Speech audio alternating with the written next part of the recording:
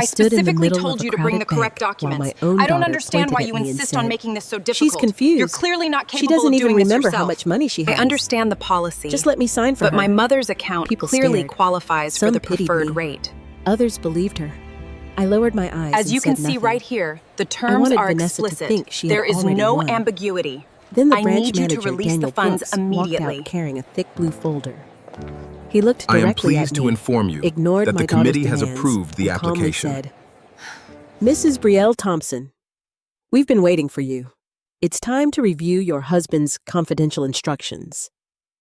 In one heartbeat, every voice inside that bank disappeared.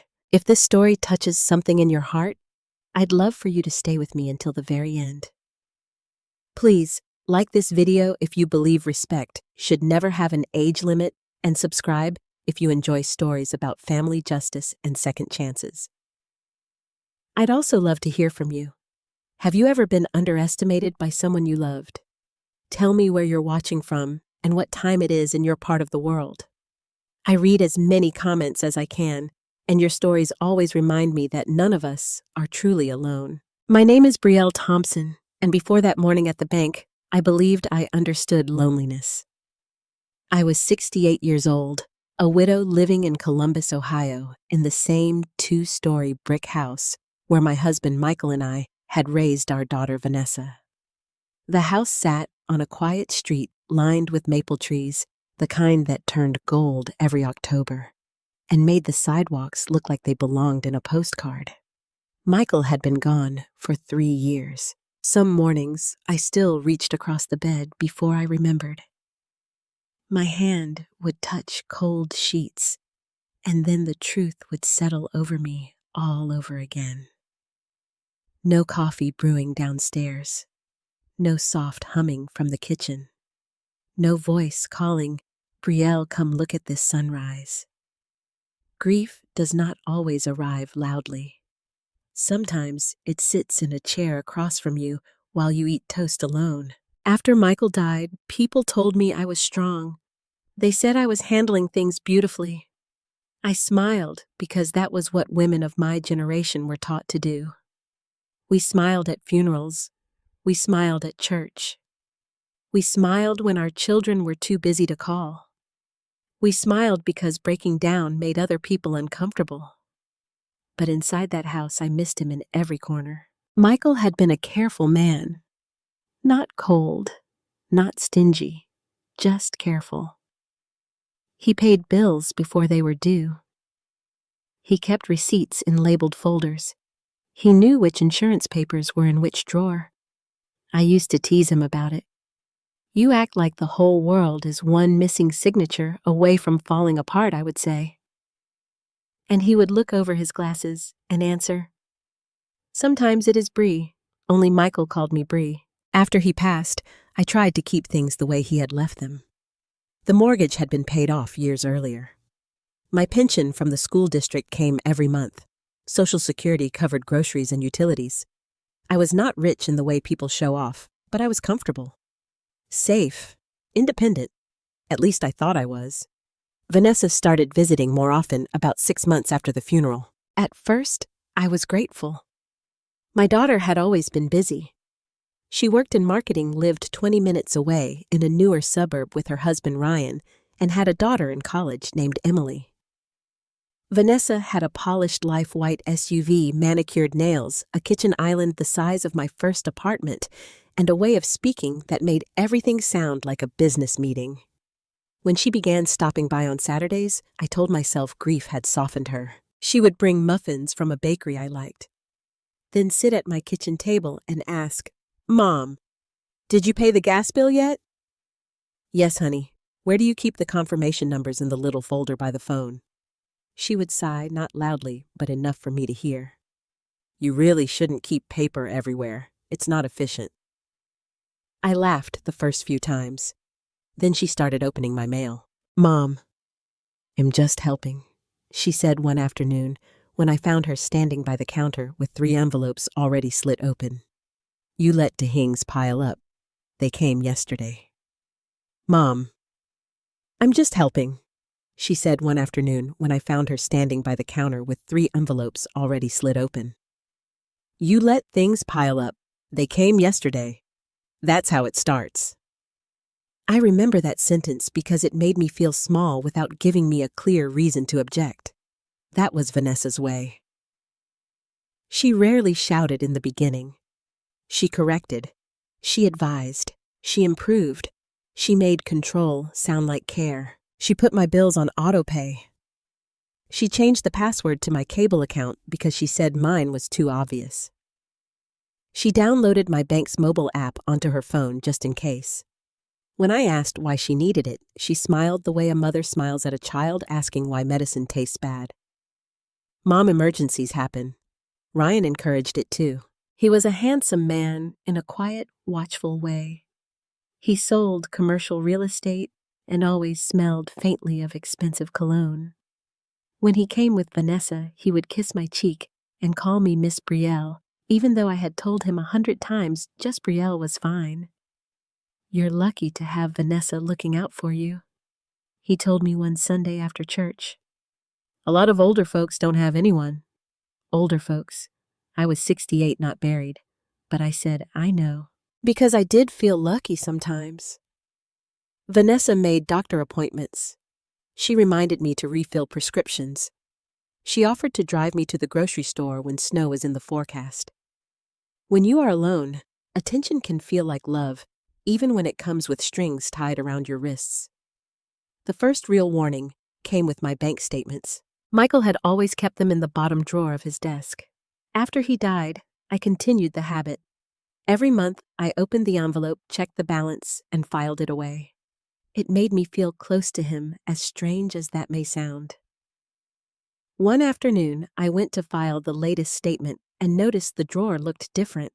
The folders were not in the order Michael had used. The green folder marked house was behind medical. The blue folder marked bank was missing entirely. I found it later in Vanessa's tote bag. She was in the living room, scrolling on her phone. I held up the folder and asked, "Why is this in your bag?" She looked up slowly, almost annoyed that I had interrupted her. "Oh, I was going to scan those for you. You didn't ask me." Her face changed. Not dramatically, just enough. "Mom, I shouldn't have to ask permission to help you." I remember standing there holding that folder, feeling heat crawl up my neck. I wanted to say, "Yes, you should." I wanted to say, "These are mine." But then I thought of how tired she looked, how much she was supposedly doing for me, how easily a daughter can turn wounded when a mother sets a boundary. So I handed it back. "All right," I said. "Just bring it back when you're done." She smiled. That smile should have frightened me. A week later, Vanessa began talking about adding her name to things. "Not ownership, Mom," she said over lunch. "Just access. Access to what? Your checking account. Maybe the house paperwork eventually. It's practical. The house is already settled." "Yes, but you don't understand how complicated probate can get." I did not remind her there would be no probate problem because Michael had handled our estate carefully. I did not remind her that her father had spent long evenings at the dining room table with documents I was not allowed to ignore. I did not tell her about the private meeting Michael had arranged with Daniel Brooks at First Commonwealth Bank 2 months before his last hospital stay. I had promised Michael silence until it became necessary. At the time, I had not understood what necessary meant. Now, I was beginning to. Michael's last months were difficult. Cancer stole weight from him first, then sleep, then the strength in his hands. But it never stole his mind. Even when his voice became thin, his eyes stayed sharp. One night, while rain tapped against the bedroom window, he reached for my hand and said, "Bree, if anyone ever pressures you to sign something you call Daniel Brooks." "The bank manager." "Yes. Why would anyone pressure me?" His fingers tightened around mine. "Promise me." I had been so scared of losing him that I promised anything he asked. I promise. He looked toward the hallway where Vanessa had been speaking quietly with Ryan near the kitchen. Their voices had stopped the moment Michael called my name. Then he whispered, "Love our daughter.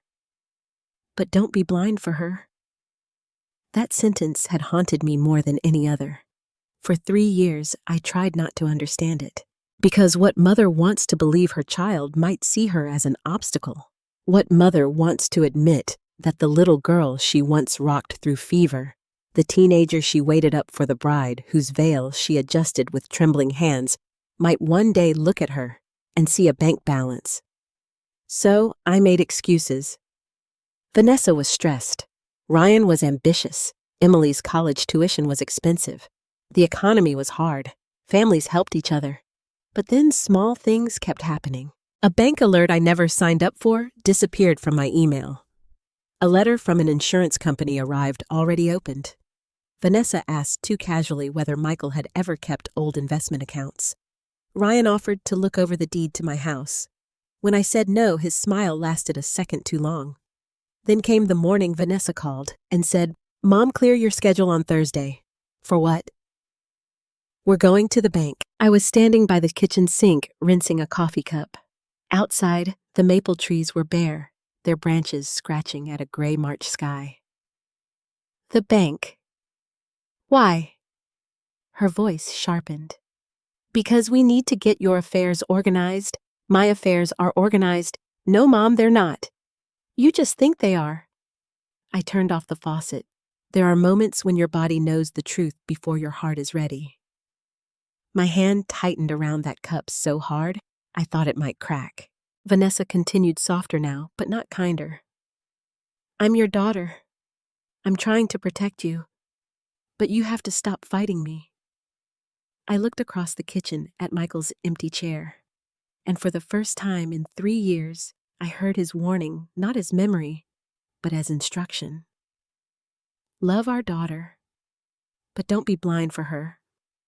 So, I said, "All right, Vanessa, I'll go." She exhaled like she had won. What she did not know was that after I hung up, I opened the drawer beside Michael's desk and pulled out a cream-colored business card I had not touched since the funeral. Daniel Brooks, branch manager. My hands trembled as I dialed. When he answered, I said, "Mr. Brooks, this is Brielle Thompson." There was a pause, then his voice lowered. "Mrs. Thompson," he said, "I was wondering when you would call." That night, I did not sleep.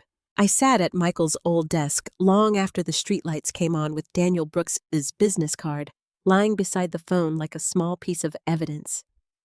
The house was quiet, except for the low hum of the refrigerator and the soft ticking of the mantel clock Michael had bought at an estate sale 30 years earlier. Daniel's words kept turning over in my mind. "I was wondering when you would call. Not hello, not how can I help you, not I'm sorry for your loss." He had been waiting. That meant Michael had not simply been worried in those final months. He had planned something. He had prepared someone. And somehow, without telling me everything, he had left a line of protection between me and whatever Vanessa was trying to do. I wanted to feel comforted by that. Instead, I felt afraid. Because if Michael had gone that far, then perhaps he had seen something in our daughter that I had refused to see for years. The next morning, Vanessa called before 9. "Mom, don't forget," she said without even saying good morning. "Tomorrow at 10:30, First Commonwealth Bank. I'll pick you up. I can drive myself." There was a pause. Short, sharp. "Why would you do that?" "Because I still have a license, Vanessa." She gave a little laugh, the kind that sounded polite from a distance but cruel up close. "Mom, this is exactly why we need to do this. You're becoming defensive over normal help." I stood at the kitchen counter in my robe looking at the mug Michael used to drink from every morning.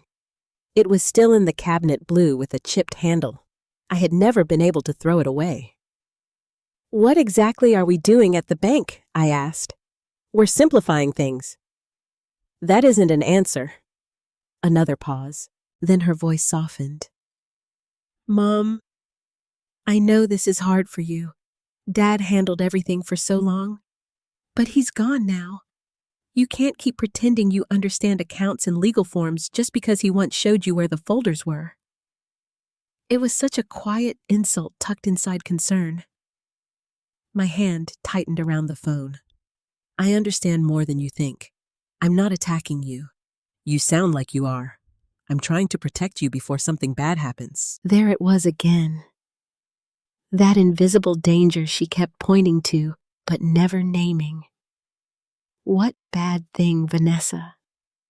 A mistake, a scam, a missed bill, a medical emergency, anything.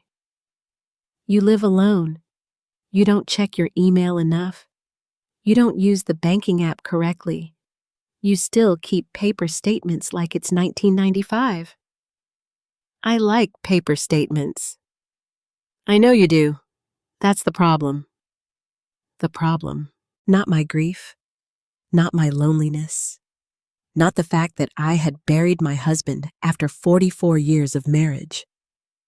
My habits were the problem. My caution was the problem.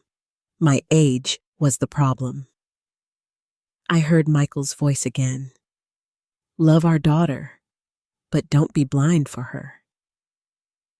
What papers are you bringing tomorrow? I asked. Just routine forms. What kind of routine forms? Mom. The way she said it made me feel like a child asking too many questions in a doctor's office. I want to know before I go. She exhaled. A limited authorization form. Maybe a durable power of attorney later if the bank recommends it. Nothing dramatic. My heart gave one heavy beat. Durable power of attorney. Michael had warned me about those words, though. At the time, I barely understood why. He had once told me, a signature can be a key, Brie. Don't hand a key to someone just because they say they love you. I sat down slowly. Vanessa. I'm not signing anything I haven't had reviewed. Reviewed by who? Someone I trust. I'm your daughter. I know. So what are you saying? I closed my eyes. I'm saying I'll come to the bank. That's all I'm promising. Her voice changed then. The sweetness drained away. You know, Mom, this stubbornness is exactly what worries me. I'm not being stubborn. You are. And honestly, it's exhausting. Ryan and I have jobs. We have responsibilities. We can't keep cleaning up things after they become disasters. What disasters have you cleaned up for me? She did not answer right away. Then she said, We'll talk tomorrow. After she hung up, I stayed seated for a long time. The kitchen felt colder than usual. I wanted to call her back and cancel. I wanted to say I was sick or that I had changed my mind, or that she could come over, and we would discuss everything slowly at the table, like civilized people. But deep down, I knew delay would not end this. It would only give Vanessa more time to prepare. So I prepared too. I called Daniel Brooks again. This time he answered on the second ring. Mrs. Thompson? The way he said my name made me think he had been expecting the call. My daughter is bringing me in tomorrow at 10:30, I said. She mentioned authorization forms, possibly power of attorney. A silence followed, but it was not empty. It was the kind of silence a person makes when they are choosing careful words. Did she say who prepared the forms? No. Did she mention your husband's trust? The word struck me like a hand on the table. Trust. I looked toward the hallway, toward the closed door of Michael's office. No, I said. She didn't. Good. Daniel replied quietly. Good. My breath caught. What does that mean? It means there are things your daughter may suspect but does not fully know. And until you are here in person, I cannot discuss details over the phone. Mr. Brooks, I'm frightened. His voice softened. I understand, but I need you to listen very carefully. Do not sign anything before I see you. Do not allow anyone to speak for you. And if your daughter becomes aggressive, stay calm. Stay calm. Yes, that is easy advice to give when it isn't your child. I know, he said, but your husband trusted your strength. That sentence broke something open in me. For months before he died, everyone had treated Michael like the fragile one. Nurses, doctors, neighbors, even Vanessa. But Michael had never stopped looking at me as if I were capable. Even from his hospital bed, even when his hands trembled too much to button his own shirt, he still believed I could stand. I whispered, "What did he tell you?" Daniel took a breath. Enough to know he loved you deeply. Enough to know he wanted you protected. Tomorrow, come in as planned. Let your daughter say what she came to say. Let her show us what she brought. Why? Because sometimes the truth needs witnesses. I understood then, not fully. Not the documents, not the trust, not the secret Michael had placed in Daniel's hands. But I understood the shape of the moment waiting for me. Vanessa thought tomorrow would be about gaining control. Daniel knew it would be about revealing intent. After we ended the call, I went upstairs and opened my closet. I stood there longer than necessary, looking at clothes I had not cared about since Michael's funeral. Most days, I wore soft sweaters and comfortable shoes, the uniform of a woman who no longer expected to be noticed. But tomorrow, I did not want to look helpless. I chose a navy dress with long sleeves, pearl earrings Michael had given me on our 30th anniversary, and a gray wool coat. Not flashy, not wealthy, just dignified. Then I opened the top drawer of my dresser and removed a small envelope.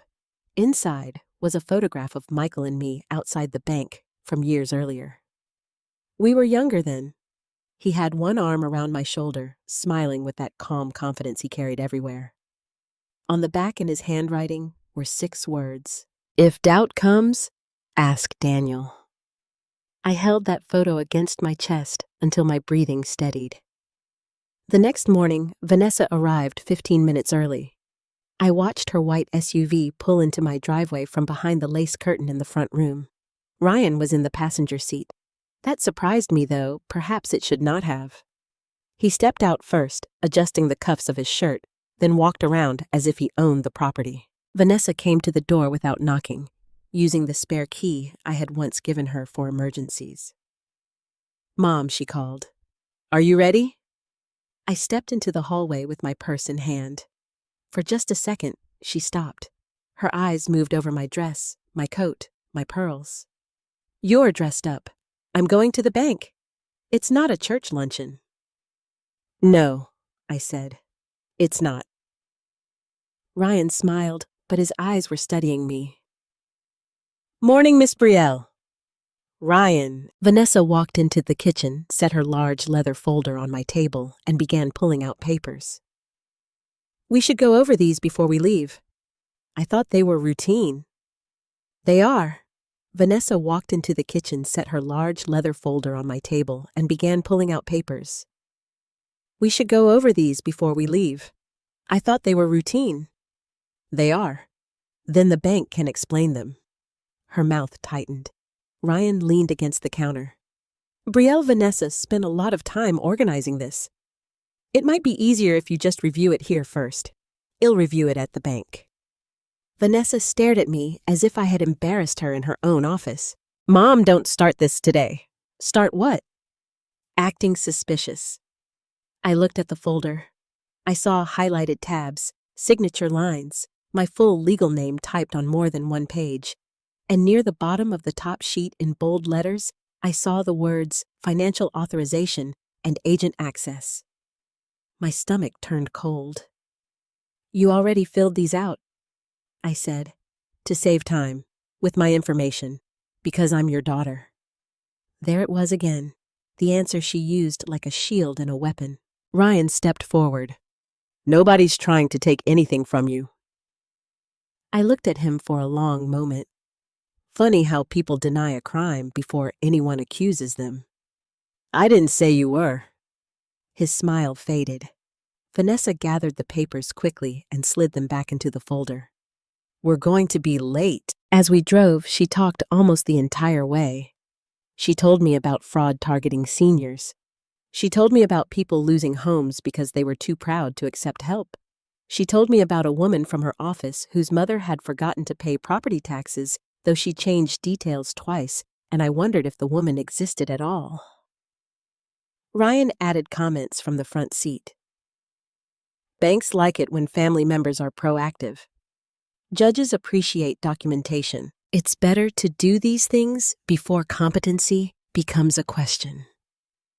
Competency. I looked out the window at Columbus moving past me. Gas stations, coffee shops, wet pavement, bare trees. Ordinary life, continuing while mine seemed to be narrowing into one terrible point. Vanessa reached back and patted my knee at a red light. Just let me lead the conversation. Okay? You get flustered when people ask too many questions. I turned my face toward her. For a moment, I saw not the polished woman with the expensive handbag, but the little girl who used to crawl into my lap during thunderstorms. That was the cruelest part. She had been my baby before she became my judge. I can speak for myself, I said. Her hand pulled away. The rest of the drive was silent. When we pulled into the bank parking lot, I saw Daniel Brooks through the glass doors. He was standing near the back hallway in a dark suit, speaking to a teller. He glanced toward the entrance just as Vanessa parked. Our eyes met through the glass. He gave the smallest nod. Vanessa opened my door before I could reach for the handle. Come on, Mom, she said, smiling now for the public. Let's get this taken care of. I stepped out, holding my purse close. Inside that purse was Michael's photograph. Inside that bank was the truth. And walking beside me was a daughter who still believed I had come there to surrender. The bank smelled like coffee carpet cleaner, and winter coats still damp from the parking lot. It was busier than I expected for a Thursday morning. 2 tellers were helping customers at the counter. A young mother bounced a baby against her shoulder near the waiting chairs. An older man in a baseball cap argued quietly about a check deposit. Somewhere behind the glass offices, a printer hummed, then clicked, then hummed again. Ordinary sounds, ordinary people. And yet the moment I stepped through those doors with Vanessa and Ryan beside me, I felt as if I had walked onto a stage where everyone would soon know my private shame. Vanessa placed one hand lightly against my back, guiding me forward, as though I might wander off if she released me. Careful, Mom, she said loud enough for the nearest teller to hear. The floor might be slick. The floor was perfectly dry. I looked at her hand, then at her face. She wore the same pleasant public smile she used at restaurants when the server brought the wrong order. Polite on the surface, hard underneath. I can walk, I said quietly. I know you can. But she did not move her hand. Ryan opened the leather folder as we approached the customer service desk. He had arranged the papers with colored tabs, little arrows, and paper clips. Everything about him said organization, respectability, concern. That was the frightening thing about people like Ryan. They did not look like thieves. They looked like the kind of men who shook hands firmly and remembered birthdays. They used words like protection and documentation while quietly measuring what belonged to someone else. A young teller with auburn hair looked up and smiled. Good morning. How can I help you? Before I could answer, Vanessa stepped forward. We have an appointment to update access on my mother's accounts. Brielle Thompson. The teller typed my name. And you are? I'm her daughter, Vanessa Carter. This is my husband, Ryan. We'll be helping her today. The teller looked at me. Mrs. Thompson, is that correct? It was such a small question. But after weeks of being spoken around, spoken over, and spoken for, It felt like a hand reaching down into deep water. I opened my mouth. Vanessa answered first.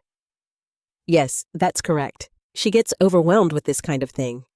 The teller's smile faltered slightly. I saw it. So did Vanessa. She had a very hard time after my father died. Vanessa continued, her voice softening into something almost tender. We're just trying to make sure everything is safe. The young teller glanced again at me. Mrs. Thompson, I could feel Ryan watching from my right. Vanessa's fingers brushed my elbow in warning. I remembered Daniel's instruction. Let your daughter say what she came to say. So I said, I'm here. That was all. Vanessa gave a little laugh. See, she's nervous already. Heat rose up the back of my neck. The teller asked for my ID. I handed it over. Vanessa pulled a chair out for me as if I were frail enough to collapse. Sit, Mom. I'd rather stand. Please don't make this difficult. That sentence hung in the air. The older man at the next window glanced over.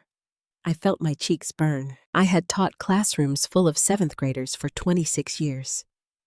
I had stood in front of parents who were angry principals, who were impatient, and children who tested every limit of patience God had given me. I had managed lesson plans, budgets, home repairs, hospital visits, funerals, and every crisis a family could survive. But in that moment, my own daughter reduced me to a stubborn old woman in front of strangers, and I let her. Not because I was weak, because I was listening, watching, waiting. The teller reviewed the screen. Mrs. Thompson, it looks like you have a checking and savings account with us. What changes are you requesting today? Vanessa slid the folder onto the counter. We need to add me as an authorized user with access privileges, and we'd like to begin the process for broader financial control in case of cognitive decline. Cognitive decline. The words landed like a slap. I heard a chair scrape behind us. The young mother with the baby looked up. The older man stopped arguing about his check. Even the teller seemed to freeze for a second. I kept my eyes on the counter. Vanessa sighed as though she were embarrassed to say more, but forced by duty. My mother forgets things. Bills, passwords, appointments. She misplaces documents. Sometimes she doesn't remember conversations we had the same week. That is not true, I said before I could stop myself. Vanessa turned to me with a wounded look perfectly performed. Mom, please. We talked about being honest. We did not talk about you lying. Her eyes sharpened. Ryan stepped closer. Brielle, nobody is lying. These are concerns. It's normal at your age. At your age. I looked around and saw faces turning away too quickly. People do that when they want to pretend they are not watching pain happen in public. The teller cleared her throat. Do you have documentation regarding incapacity or medical authority? Vanessa opened the folder. We have preliminary forms. Her doctor hasn't issued anything formal yet, but we're trying to be proactive. The teller's expression changed again. Not much, but enough. Mrs. Thompson, have you requested that your daughter be added? Vanessa placed her hand on the folder covering the top page. Mom knows this is necessary. She's just emotional. I heard Michael in my mind. A signature can be a key. I looked at Vanessa. Necessary for who? Her smile disappeared. Mom. No, I said softly. Answer me. Ryan's jaw tightened. Vanessa leaned closer, lowering her voice, but not enough. Do not embarrass me here. For one strange moment, I almost laughed. She had walked into a bank with papers to take control of my finances, told strangers I was declining, accused me of forgetting my own life, and somehow I was the one embarrassing her. The teller said, I may need a manager for this. No, Vanessa said, too quickly. Then she caught herself and smiled again. I mean, I'm sure that won't be necessary. This is simple account access. The teller looked down at her computer, then at a small message box that had appeared on the screen. Her fingers paused over the keyboard. I noticed her glance toward the back hallway. A tiny movement. A signal. My heart began to beat harder. Daniel knew we were here. Vanessa did not notice. She was too busy arranging her face into concern. My mother has always been proud, she told the teller. That's part of the problem. She thinks accepting help means losing independence. Accepting help and surrendering control are different things, I said. Ryan gave a small laugh. That sounds like something she read online. Vanessa shook her head sadly. She's been watching videos about elder scams. It made her paranoid. I looked at her then, really looked. There was not a trace of shame in her expression, only irritation that I was not playing my part correctly. And suddenly, I understood something that hurt more than the insult itself. Vanessa had rehearsed this. She had not come here in a moment of worry. She had prepared language. She had prepared evidence of my supposed confusion. She had prepared Ryan's support. She had prepared the teller to see me not as Brielle Thompson, widow, homeowner, retired teacher, mother, grandmother, but as a problem to be handled. I wondered how long she had been practicing. The teller reached for the folder. May I review the documents? Vanessa handed them over. As the teller scanned the first page, her brow tightened. This form lists you as financial agent. Yes, Vanessa said. And this section appears to request online access, debit permission statement, delivery changes, and transaction authority. That's standard. The teller did not answer. Ryan stepped in. We were told these forms could be processed here. By whom? The teller asked. Ryan's eyes flickered. A financial planning consultant. What's the consultant's name? He smiled. I don't have that on me. Of course he did not. Vanessa cut in quickly. The point is, my mother needs help. She has money sitting in accounts she doesn't understand, and she refuses to make practical decisions. That sentence turned heads again. Money sitting in accounts. I saw the teller hear it too. Her voice became more careful. Mrs. Thompson, are you aware of what these forms allow? Vanessa touched my arm. Mom, just tell her yes. I looked at her hand until she removed it. No, I said. Vanessa blinked. The teller looked at me. No, you are not aware. No, I repeated, and my voice steadied. No, I do not authorize my daughter to answer for me. The air shifted, not loudly, not dramatically. But I felt it. Vanessa's face hardened in a way only I could recognize because I had seen it when she was 17 and caught in a lie. Back then, it had frightened me because I did not know where such coldness came from. Now at 68, I was beginning to understand it had always been there. Life had simply polished it. Mom, she said through her teeth, you are confused. I am not. You didn't even remember your bank password last week because you changed it. Ryan's head snapped toward me. Vanessa laughed too high. That is ridiculous. You told me mine was too obvious. Then you changed it and said you would text it to me. You never did. The teller set the documents down. The older man in the baseball cap was openly watching now. Vanessa's cheeks flushed. This is exactly what I mean. She twists things. Ryan leaned toward the teller. She does this when she's under stress. I taught middle school for 26 years, I said. Stress and I are old friends. For the first time that morning, the teller almost smiled. Vanessa saw it and lost patience. Mom, stop embarrassing yourself. There it was. Clear, cruel, public. The whole bank seemed to grow quiet around those words. I felt them strike the deepest place in me, not because they were shouted, but because they were spoken with such certainty, as if she truly believed my dignity was something I could misplace like reading glasses. I looked at my daughter, the woman I had nursed, fed, clothed, prayed over, defended, sacrificed for. I remembered holding her on the first day of kindergarten while she cried into my coat. I remembered staying up all night sewing a costume for her school play.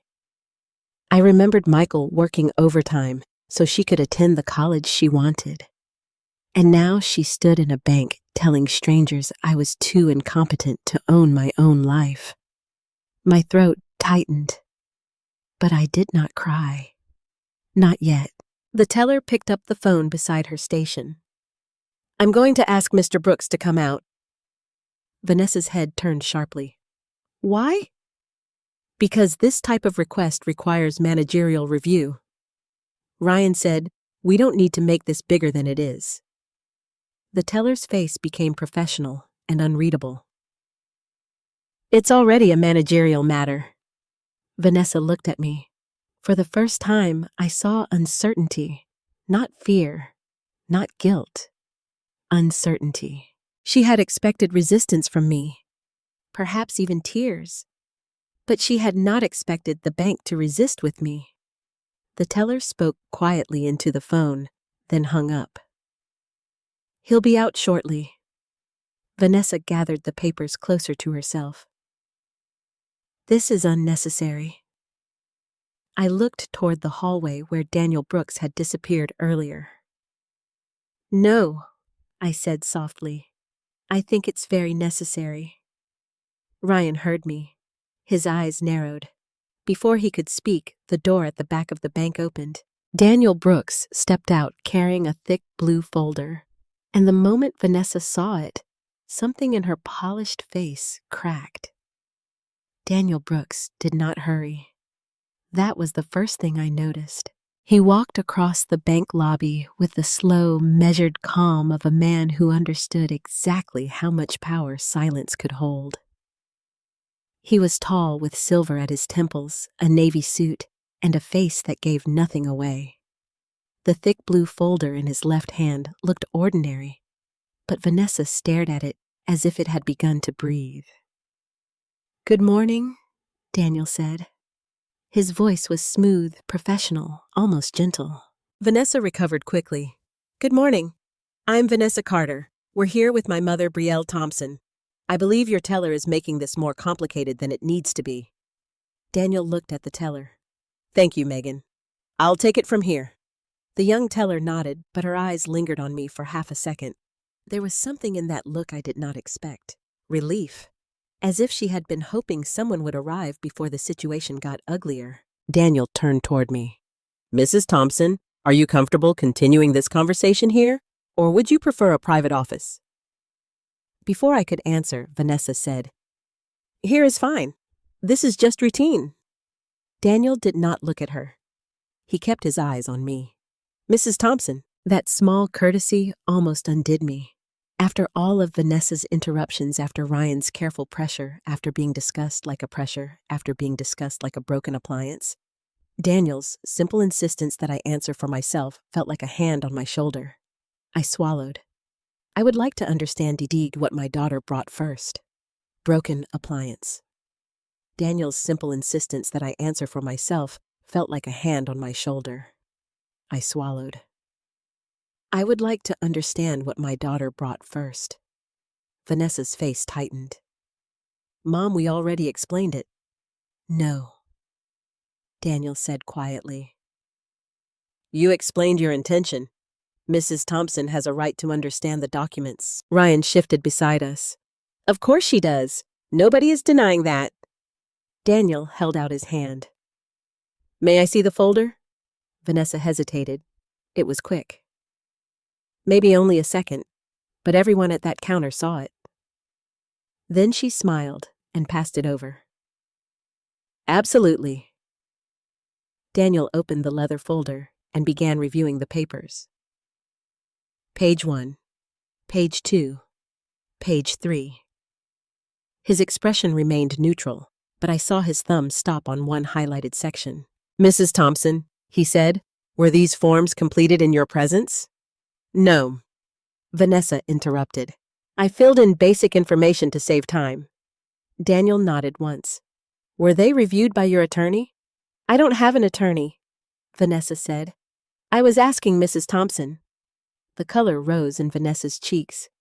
"I said no. I have not had them reviewed by an attorney, Daniel continued. Did you request that your daughter be added as an authorized signer with online access and transaction authority? No. Did you request that your bank statements be redirected to her mailing address? My heart stopped. I looked at Vanessa. What? Vanessa laughed, but it came out brittle. That's not what that means. Daniel turned the page toward me, pointing without handing it over. This section indicates a request to change statement delivery preferences and mailing address for certain notices. I leaned closer. There it was. My name. My account. Vanessa's home address typed neatly beneath a line marked Preferred Mailing Address. The bank lobby seemed to tilt. I didn't agree to that, I said. Vanessa stepped in quickly. Mom, it's just for convenience. You lose mail all the time. I do not lose mail. You misplaced the insurance letter last month. You took it. Her lips parted, then closed. Ryan cleared his throat. There's clearly some confusion here. That's why we need proper access. Brielle doesn't remember where things are going. Daniel closed the folder halfway. Mr. Carter, I'll ask you not to characterize Mrs. Thompson's mental state.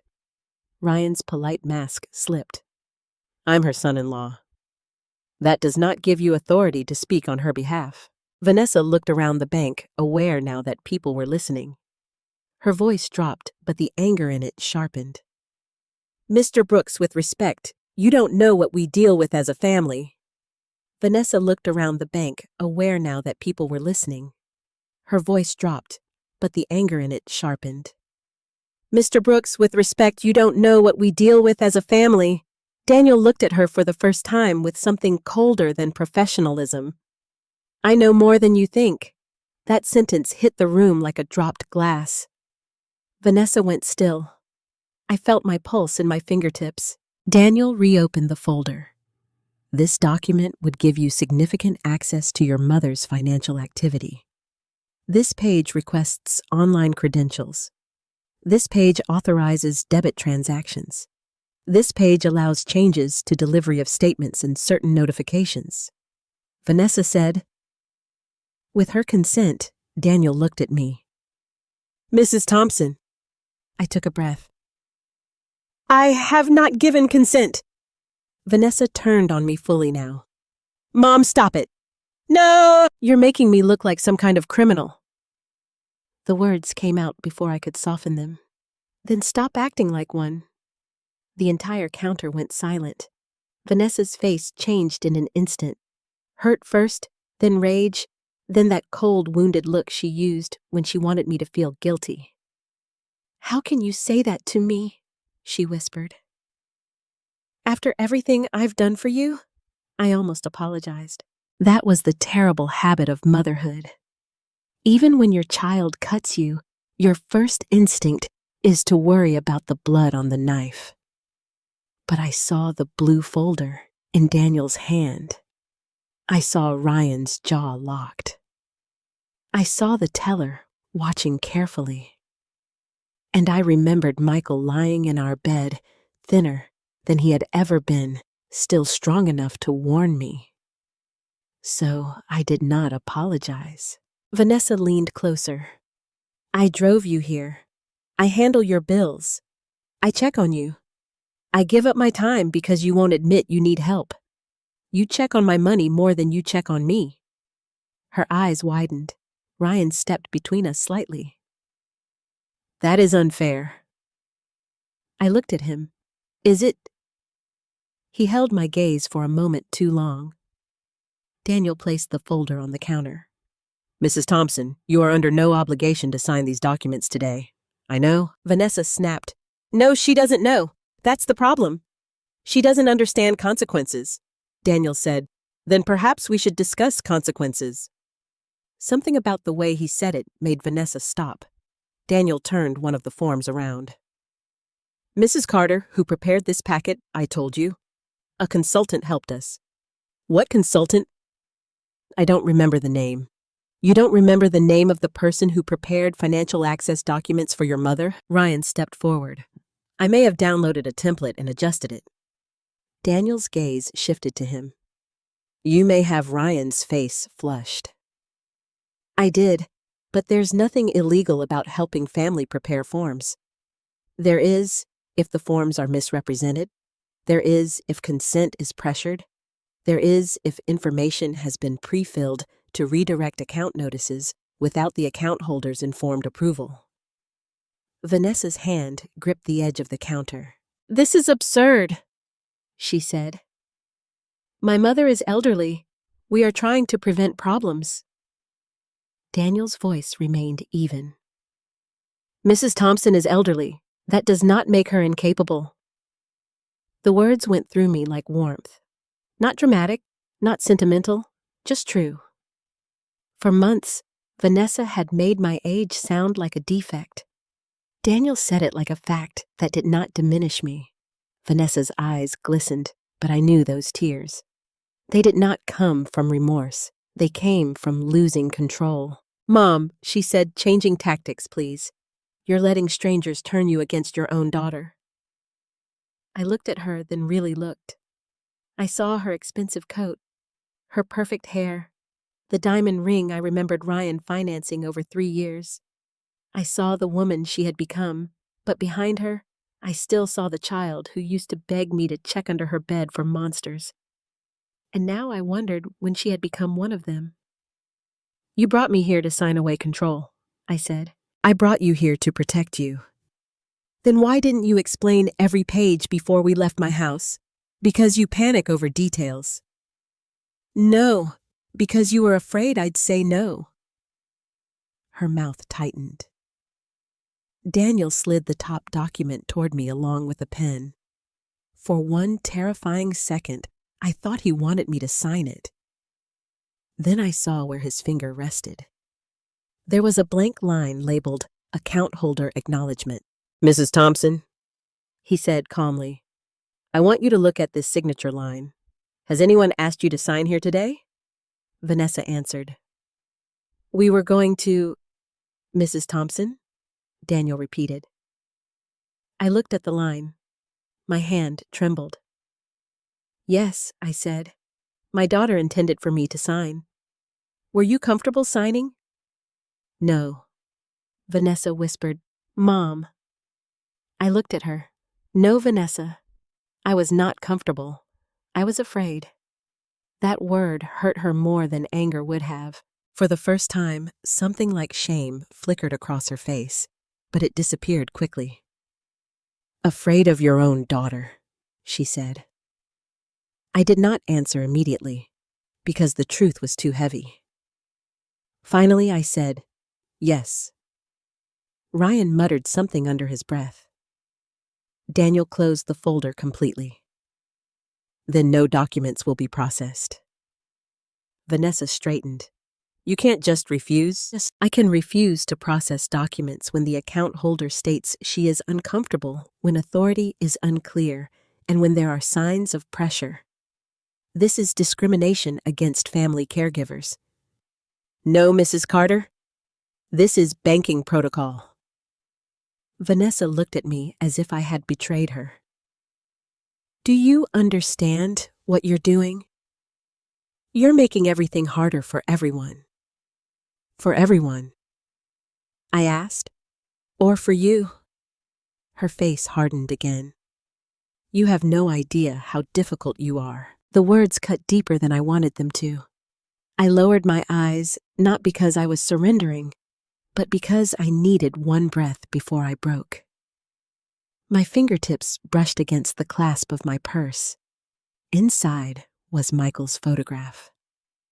If doubt comes, ask Daniel. Daniel picked up the blue folder he had brought with him. Mrs. Thompson, he said louder, now clear enough for Vanessa and Ryan to hear. There is another matter we need to discuss. It cannot be handled at the counter. Vanessa's eyes locked on the folder. What matter? She demanded. Daniel did not answer her. He looked only at me. The Thompson Family Trust, he said. Ryan went pale. Vanessa stopped breathing. I stood very still. Daniel continued. Your husband left confidential instructions. Given today's attempted authorization, I believe it is time to review them. The bank seemed to disappear around me. All I could hear was Michael's voice from 3 years ago. If anyone ever pressures you to sign something you call Daniel Brooks. Vanessa's whisper came sharp and thin. What trust? Daniel turned toward her at last. The one your father hoped you would never give us a reason to discuss. For a moment, nobody moved. The words Thompson Family Trust seemed to hang in the air above the counter, heavy enough to press every sound out of the bank. Even the baby near the waiting chairs had gone quiet, as if some invisible hand had covered the room. Vanessa stared at Daniel Brooks. Ryan stared at the blue folder. I stared at both of them. What trust, Vanessa repeated, but this time her voice did not sound angry. It sounded thin, careful, too careful. Daniel held the folder against his side. Mrs. Thompson and I need to discuss that privately. I'm her daughter. I'm aware. She doesn't keep secrets from me. Daniel's eyes did not move from her face. Apparently, your father did. The words were not cruel, but they landed cruelly. Vanessa's mouth opened, then closed. Ryan stepped in quickly, placing one hand on her arm. Mr. Brooks, he said, forcing a calm smile, I think we're getting off track. We came here for a straightforward account update. If there's some old estate paperwork, we can schedule another time to review it as a family. As a family? Daniel repeated. Yes, that would be appropriate. Daniel looked at me. Mrs. Thompson, would you like your daughter and son-in-law present for this meeting? Vanessa turned toward me so sharply that I felt the movement like a gust of air. Mom, she said. Just one word. But inside that word were years of expectation, years of guilt, years of, I am your child, so choose me. My heart hurt. No matter what she had done, some part of me still wanted to protect her from embarrassment. That is the burden mothers carry long after their children become adults. We remember who they were before the world hardened them. We remember sticky fingers, missing front teeth, bedtime prayers. We remember the child while facing the stranger. But this stranger had brought papers to take control of my accounts. This stranger had told a bank full of people I was confused. This stranger had called my dignity an inconvenience. So I looked at Daniel and said, No, I would like to speak privately. Vanessa's face went white. Mom, you can't be serious. I am. You're going to let him pull you into a room without me? He asked me. I answered. Ryan's jaw flexed. Brielle, think about how this looks. I turned to him. It looks like I'm walking into a bank office. It looks like you're being influenced. No, Daniel said. It looks like an account holder exercising her rights. Vanessa took a step toward me. Mom, please don't do this. You're upset. You're emotional. I am upset, I said, but I am not confused. Her eyes filled with tears again. This time I could not tell whether they were real. That frightened me more than the tears themselves. Dad would be ashamed, she whispered. Something inside me went still. It was one thing for Vanessa to insult me. It was another to reach into Michael's grave and use his memory like a weapon. I heard myself answer before I had planned to speak. No, Vanessa. I think your father is the reason we're standing here. Daniel lowered his eyes briefly, almost in respect. Ryan pulled Vanessa back by the elbow. Let them talk, he muttered. She jerked her arm free. Don't touch me. People were watching openly now. The young mother looked away quickly when Vanessa glanced in her direction. The older man in the baseball cap did not look away at all. Daniel turned toward the hallway. Mrs. Thompson, this way, please. I followed him. Every step from the counter to the office felt longer than it should have. My knees were steady, but my chest ached. I could feel Vanessa behind me watching. I could feel Ryan calculating. I could feel the eyes of strangers who had just witnessed one of the most painful mornings of my life. At the office door, Daniel paused. "Would you like water?" "No, thank you." He opened the door and waited for me to enter first. The office was modest but neat. A desk, 2 chairs, a framed photograph of Daniel with his wife and 2 sons, a small plant by the window. On the wall hung certificates and a clock that ticked louder than any clock should. He closed the door gently. The moment it clicked shut, my strength loosened. I placed one hand on the back of the chair. "I don't know if I can do this," I whispered. Daniel did not rush to comfort me with empty words. He simply set the blue folder on his desk and said, "Yes, you can." The certainty in his voice made my eyes burn. He gestured to the chair. "Please sit." I sat slowly, clutching my purse in my lap like a shield. Daniel sat across from me, opened the folder, and removed a sealed envelope. My name was written on the front in Michael's handwriting. Brielle. Just that. Not Mrs. Thompson, not legal language, not formal instruction. Brielle. My breath caught so sharply that Daniel paused. "You recognize the handwriting?"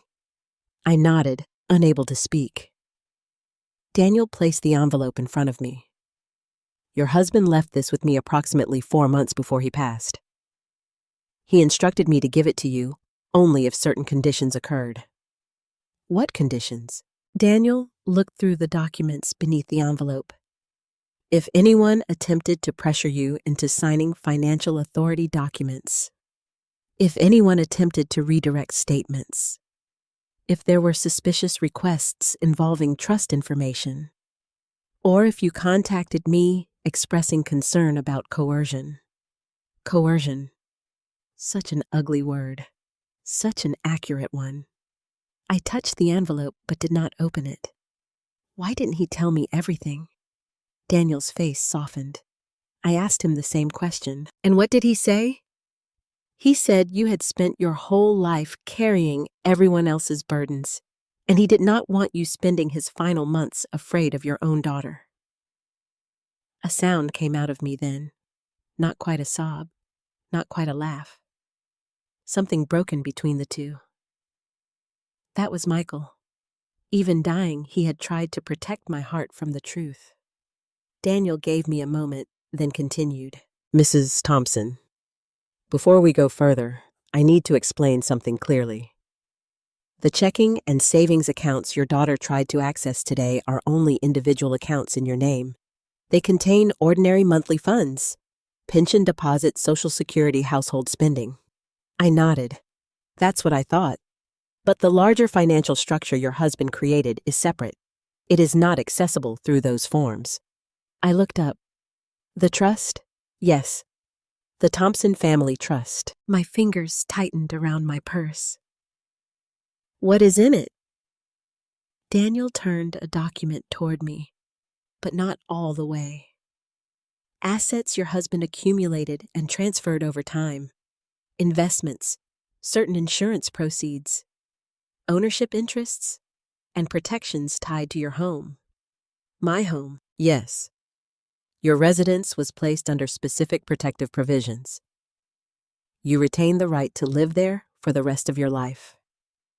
No beneficiary can force a sale transfer lien or ownership change while you are living and competent." I closed my eyes. Michael. All those evenings at the dining room table, all those folders, all those quiet phone calls he ended when I walked into the room. I had thought he was handling bills, taxes, insurance. I had thought he was being Michael, careful, practical, maybe a little too cautious. He had been building walls around me, not to trap me, to keep wolves out. Daniel continued. "Your husband named you the primary trustee." I opened my eyes. "Me? Yes. I don't know how to manage a trust. You are not expected to do it alone. The trust attorney, Sarah Collins, is listed as legal advisor." This bank holds certain administrative records, but decision-making authority begins with you. My voice shook. Vanessa doesn't know. Daniel looked toward the closed door as if he could see her through it. She may know something exists. She does not appear to understand its structure. Ryan, based on what happened at the counter, I believe Mr. Carter understands enough to be concerned. I thought of Ryan going pale at the word trust. Yes, he knew something. Maybe not everything, but enough. Daniel removed another page. There is something else. My stomach tightened. What? Over the past several months, there have been unusual inquiries connected to your profile. Inquiries. Attempts to verify whether you had additional accounts. Requests for address changes. Questions about beneficiary updates. None were processed because they failed security review. The office seemed to grow colder. Were they from Vanessa? Daniel hesitated. That is part of what we need to examine. Some activity appears connected to information only your daughter would likely know. Some may have involved your son-in-law. I put a hand over my mouth. Not because I was surprised anymore, because I was finally letting myself believe it. Daniel spoke gently. Your husband was concerned about financial pressure. He did not want to accuse anyone without proof. But he left instructions because he believed a day might come when love would be used to obtain your signature. I looked down at the envelope with my name on it. For 3 years, I had thought Michael left me alone. Now I understood he had left me guarded. I picked up the envelope, slid one finger beneath the flap, and opened it. Inside was a single handwritten letter. The first line blurred before I could finish reading it. My dearest Bree, if you are reading this, then someone has asked you to give away more than they had the right to ask. I pressed the page against my chest and cried. Not loud, not helpless, just deeply from a place I had kept sealed since the funeral. Daniel turned slightly toward the window, giving me privacy without leaving me alone. When I could breathe again, I read on. Michael wrote that he loved Vanessa, but he had seen changes in her after she married Ryan. He wrote that Ryan asked questions too often about inheritance property and what happens when Brielle can't manage things. He wrote that he hoped he was wrong. He prayed he was wrong. But if he was not, he wanted me to remember one thing.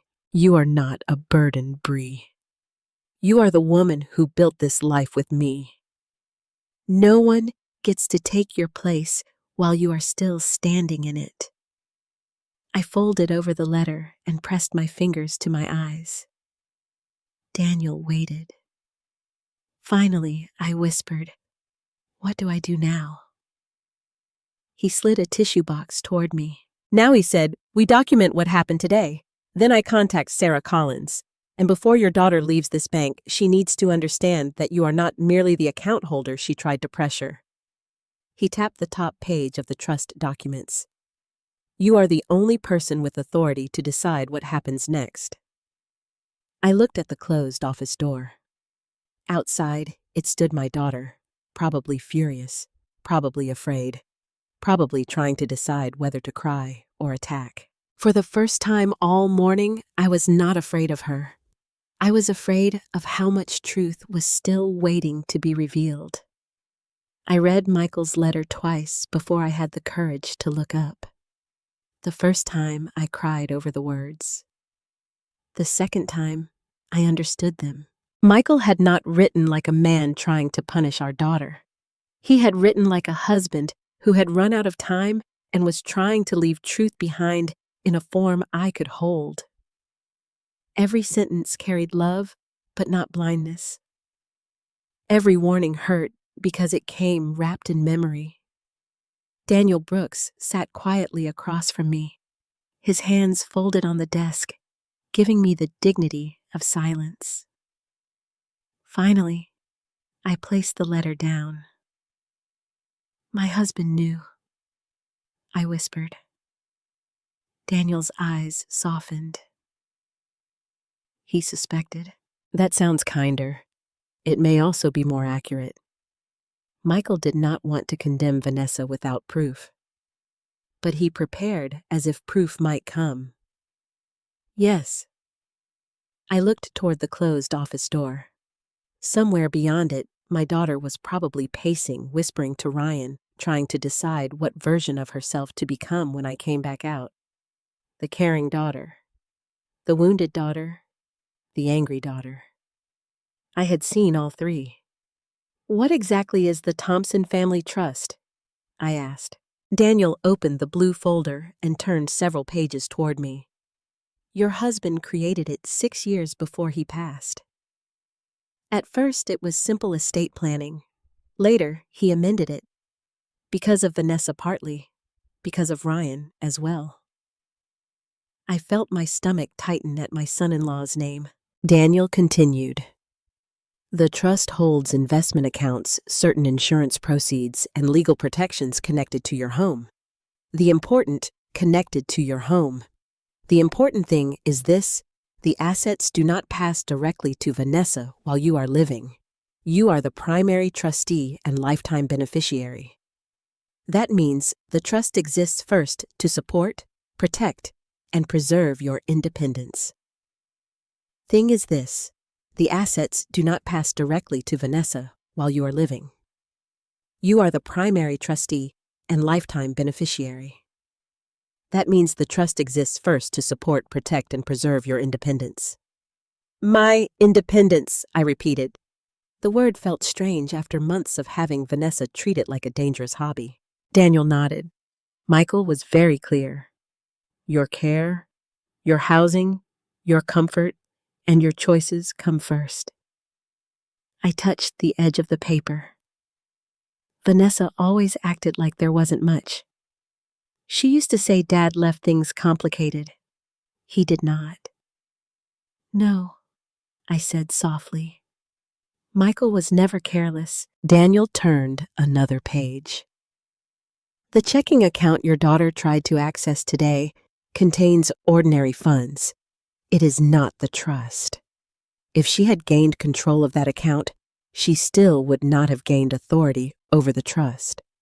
Then why push so hard? Daniel looked at me with professional caution. There are several possibilities. Please don't soften it for me. He paused, then nodded once. If someone gains control over your daily banking, they may control what you see, what you sign, what notices reach you, what bills are paid, and what financial pressure you experience. Over time, that can create leverage. The room seemed to shrink. Leverage. I thought of Vanessa opening my mail, changing passwords, downloading the banking app, taking the blue bank folder from Michael's desk, telling me I misplaced things, telling me I forgot things, telling me I needed her.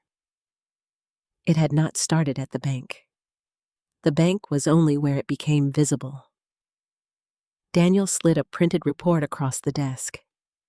There is another reason I needed to speak with you privately. I looked down.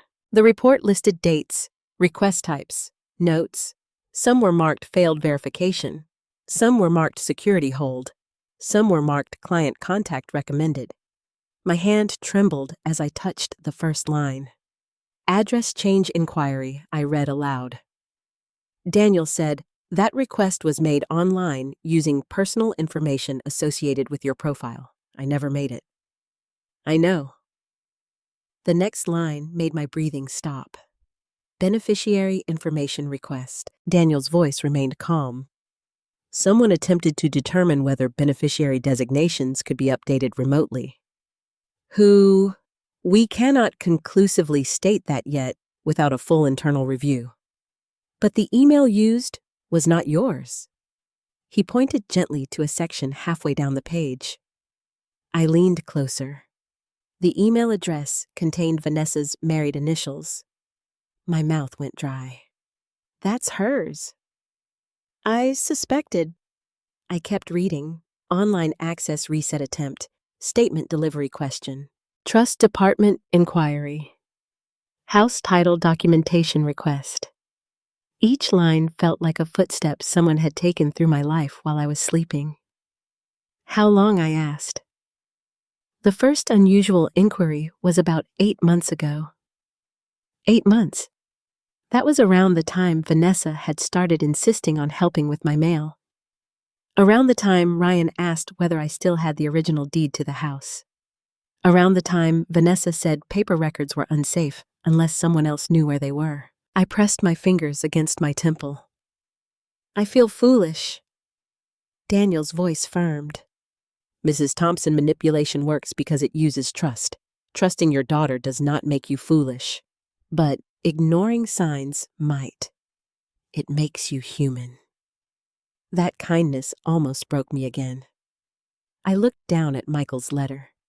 Did he know about Ryan asking questions? Yes. What did Ryan ask? Daniel hesitated, and I knew the answer would hurt. During one meeting, Ryan accompanied Vanessa here after Michael's diagnosis. He asked whether assets held in trust could be accessed for family emergencies. Michael was still alive at the time, but very ill. Ryan framed it as concern for future medical expenses. I remembered that day. Vanessa had told me they were running errands. Michael had been resting upstairs. I had not known they came to the bank. Michael was angry, Daniel said quietly. Not loudly. Michael was rarely loud. But he understood the direction of the questions. What did Vanessa do? She said very little, but she did not stop him. That was worse somehow. I could almost forgive ignorance. I could almost forgive fear. But silence beside greed was still a choice.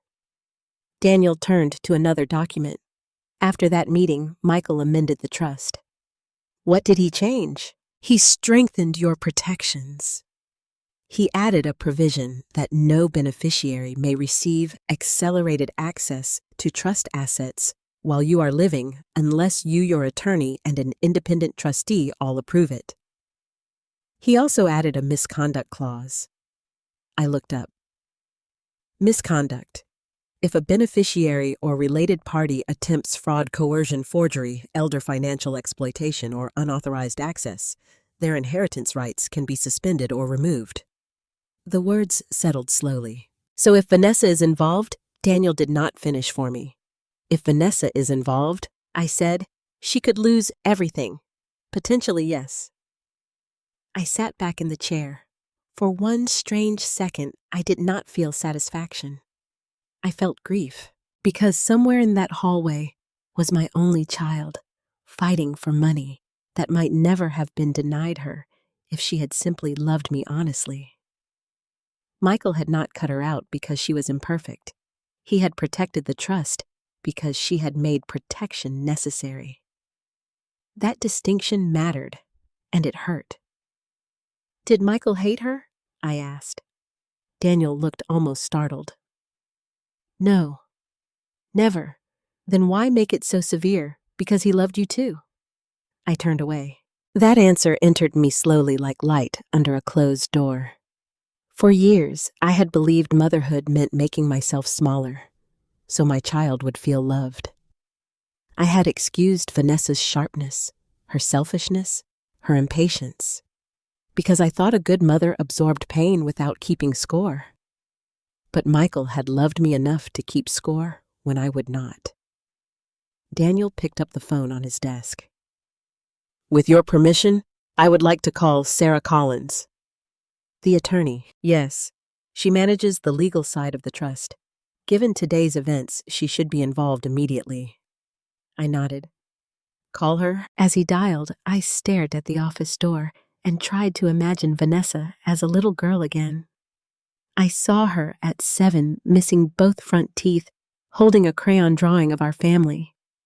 I saw her at 16, rolling her eyes, but still asking me to sit beside her when she was sick. I saw her wedding day radiant and impatient, already pulling away from me while I adjusted the pearls at her neck. Then I saw her at the counter today. Mom, stop embarrassing yourself. Daniel's voice brought me back. Sarah, it's Daniel Brooks. I'm with Brielle Thompson. Yes. Today. He paused. There was an attempted authorization packet. Possible pressure. Possible redirection of statements. Another pause. Yes, I have the file. I could not hear Sarah's words, but I heard the tone change in Daniel's responses. No documents were processed. Yes, Vanessa Carter is present. Yes, Ryan Carter is present as well. Another pause. Daniel looked at me. I agree. We should place an immediate protective flag on all related accounts pending review. Protective flag. The phrase sounded official final, like a gate closing. After he hung up, Daniel said, Sarah is on her way. She should be here within 30 minutes. Here. Yes. I felt a wave of panic. What happens when we go back out? We do not have to go out yet. But Vanessa will demand answers. She can demand. You do not have to surrender them. Such a simple sentence. Such a foreign idea. I looked down at my hands. They were wrinkled now, veins raised beneath thin skin. These hands had packed school lunches. Graded papers held Michael's face when he took his last breath.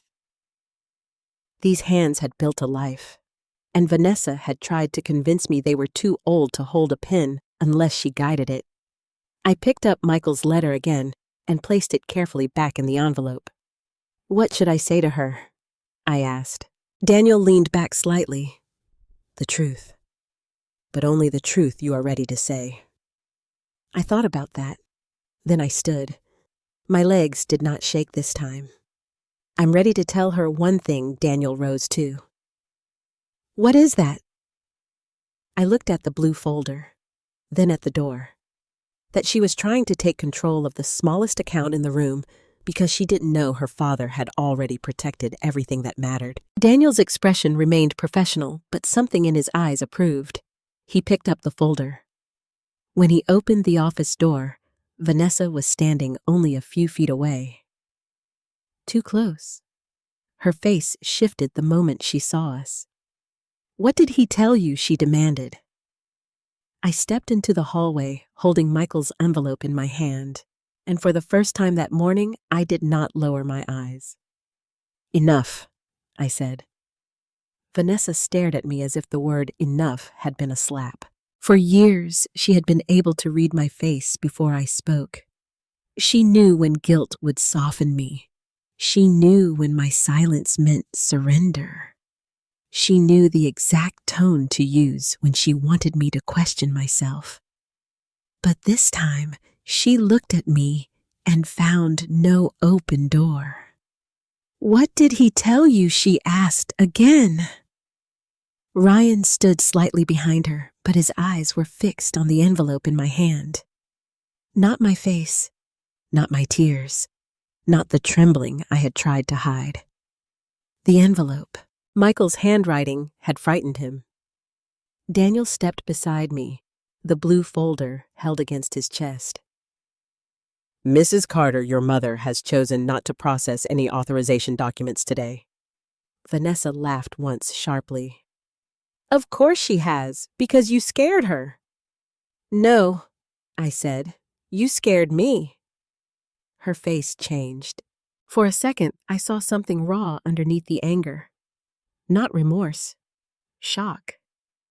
She had expected me to accuse Daniel, the bank, maybe even myself. She had not expected me to say the fear had a name. Hers. Mom, she said, lowering her voice, you're emotional right now. You don't mean that. I do. Ryan stepped forward. This is getting out of hand. Brielle, why don't we all go home and talk privately? I looked at him. So, you can explain the statement address change. His face tightened. Vanessa turned toward him quickly, too quickly. What address change? Ryan did not answer. That silence told me more than any confession could have. Daniel noticed it too. He said, the packet you brought included a request to redirect certain statements and notices to your home address, Mrs. Carter. Vanessa looked at Ryan. You said it was just access. Ryan's jaw moved. It was part of the template. The template? Daniel asked. Ryan's eyes flashed. I already said I prepared it. That doesn't mean anything was wrong. It means plenty when Mrs. Thompson did not request it. Vanessa turned back to me. Mom listened to me. I didn't know that part was in there. My heart gave a painful little twist. There it was. The first split in their wall. I believe you knew enough, I said. Her eyes filled. You're choosing to believe strangers over your own daughter. No, I'm choosing to believe my husband. That stopped her. The bank lobby seemed to draw in a breath. A few customers looked away, pretending not to listen, but no one truly returned to their business. Even the printer behind the counter had gone quiet. Vanessa's voice dropped. Dad is dead. Yes, I said, but he still protected me better than the living people standing beside me. Her lips trembled, and for one terrible moment I wanted to take it back. Then I remembered her voice at the counter. Mom, stop embarrassing yourself. Daniel glanced toward the front entrance. Mrs. Thompson, Miss Collins, is on her way. Until then, I recommend we keep this matter contained. Ryan gave a bitter laugh. Contained? You've practically accused us of a crime in the middle of a bank. Daniel's expression remained calm. No, I have stated what was in the documents you brought. Ryan stepped closer. You need to be careful. The words were quiet, but they carried threat. Daniel did not move. So do you. I had never seen Ryan lose control before. Not fully. He was the kind of man who polished anger until it looked like reason. But now a vein stood out near his temple, and his hand kept opening and closing at his side. Vanessa noticed too. Ryan, stop. He looked at her.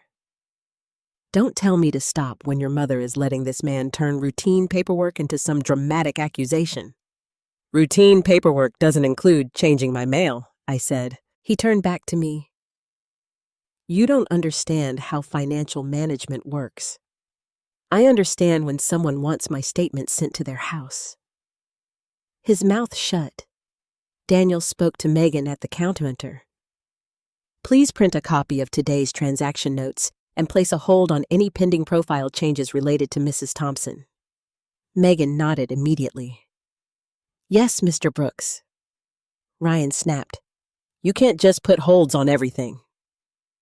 Daniel looked at him. I just did. Vanessa pressed both hands against her forehead. This is insane. No, I said. This is what happens when papers tell the truth people try to hide. She looked at me, and this time the anger in her eyes came with panic. Mom, you don't know what Ryan and I have been dealing with. There it was, a new door opening. Daniel stayed silent. I did too. Vanessa swallowed. Emily's tuition, the house payment. Ryan's business has been slow. We were trying to keep everything stable. Ryan turned sharply. Vanessa. She ignored him. You sit in that paid-off house with money you don't even use and we're drowning. The words hit me strangely. Not because they were cruel. Because they finally sounded honest. You could have asked me for help, I said. Vanessa laughed and tears spilled over. Asked. You would have wanted details. You would have judged us. I would have wanted honesty. You always make honesty feel like a courtroom. No, Vanessa. Consequences make it feel that way. Ryan's face hardened. Enough! Daniel turned slightly, positioning himself between Ryan and me without making it obvious. Mr. Carter, I advise you to lower your voice. Ryan looked around and seemed to remember where he was.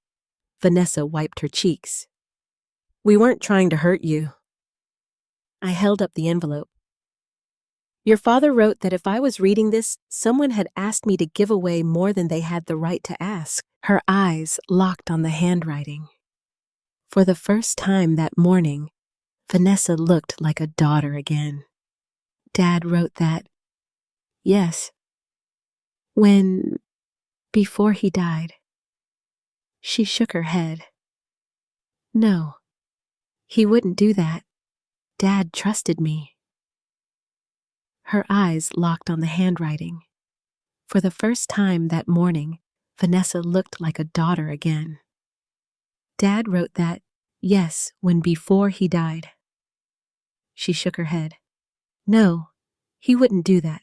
Dad trusted me. Your father loved you, I said. That is not the same as trusting every choice you made. Her face crumpled for half a second. Then Ryan's voice cut in. This is emotional manipulation. A dead man's letter proves nothing. I turned to him slowly. Ryan, why did you ask about the trust while Michael was sick? Vanessa went still. Ryan's eyes flickered toward Daniel. Daniel did not flicker toward Daniel. Daniel did not speak. He did not need to. Vanessa whispered. What I watched Ryan calculate. Then he said, I asked practical questions. That's all. While my husband was dying, we were planning for the future, peak. He did not need to. Vanessa whispered, what? I watched Ryan calculate. Then he said, I asked practical questions. That's all. While my husband was dying, we were planning for the future. Whose future? His face reddened. Everyone's. Vanessa stared at him. You told me you only asked about medical bills. Ryan looked irritated now. That was part of it. Part of it. The phrase opened a crack wide enough for the truth to breathe through. Daniel's phone buzzed. He checked the screen. Sarah Collins is 5 minutes away. Ryan immediately stepped back. We don't need an attorney. I do, I said. Vanessa looked wounded again. Against me. No, I said. For me. That answer quieted her more than anger would have. Megan returned with printed notes and placed them on the counter near Daniel. He reviewed them quickly, then his expression shifted. Not much, but enough that my stomach tightened.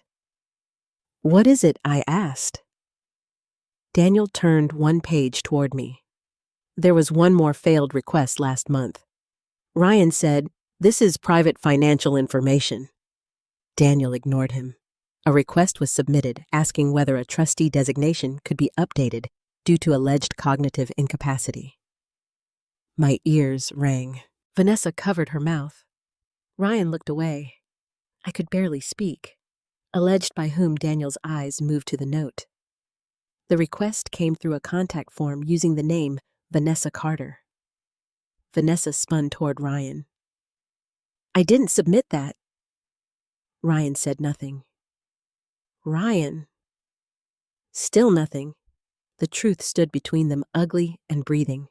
Vanessa whispered, You used my name. Ryan's lips pressed together. I was trying to get information.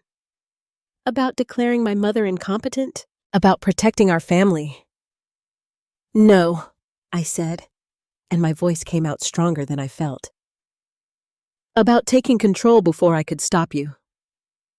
Ryan looked at me then, and the mask finally slipped. You have no idea what it's like to build something in this economy while sitting on assets you refuse to use. My husband and I built those assets.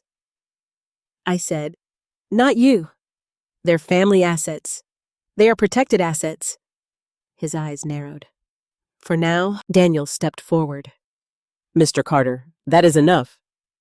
Ryan realized his mistake the moment he said it. Vanessa stared at him as though she had never seen him clearly before. And maybe she had not. Maybe greed had entered her life through Ryan, then found rooms already unlocked inside her. Maybe she had convinced herself that helping me and helping herself were the same thing. Maybe every lie had begun as a justification. But the result was still the same. They had come to that bank to make me smaller. Instead, The paper trail had made them visible. The front doors opened, and a woman in a charcoal coat stepped inside, carrying a slim leather briefcase. She had sharp eyes, silver blonde hair pulled back neatly, and the calm posture of someone who had walked into many rooms where people were pretending not to panic. Daniel turned. Sarah. The woman approached us, looked first at me, then at Vanessa, then at Ryan. "Mrs. Thompson," she said gently. "I'm Sarah Collins. I worked with your husband." I nodded, unable to trust my voice. Sarah's gaze moved to the papers in Daniel's hand. Then she looked directly at Ryan. "I understand there has been an attempted access change, a statement redirection request, and a trustee inquiry based on alleged incapacity." Ryan said, "This is a family misunderstanding." Sarah's face did not change. "No," she said. "It is now a legal matter." Vanessa made a small sound, almost like a gasp. I closed my fingers around Michael's envelope. The morning had begun with my daughter trying to humiliate me. Now the truth had begun humiliating her back. Sarah Collins did not raise her voice. She did not need to.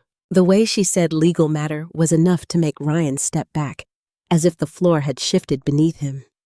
Vanessa stood beside him, pale and stunned, her eyes moving from Sarah to Daniel to me, as though she were searching for the weakest person in the room, and realizing it was no longer me. "I think everyone needs to calm down," Ryan said. Sarah looked at him. "That is wise advice. You should take it first." His face tightened. Vanessa wiped her cheeks with the heel of her hand. "Mrs. Collins, I don't know what Ryan submitted. I didn't know he used my name." Ryan turned on her. "Don't start acting innocent now." The words came too fast, too bitter. The second they left his mouth, Vanessa froze. I watched the color drain from her face. For all her cruelty that morning, for all the pressure she had placed on me there, was one thing she clearly had not expected Ryan exposing, that they had both been hiding pieces from each other. Sarah's eyes sharpened. "That statement is important." Ryan's mouth closed.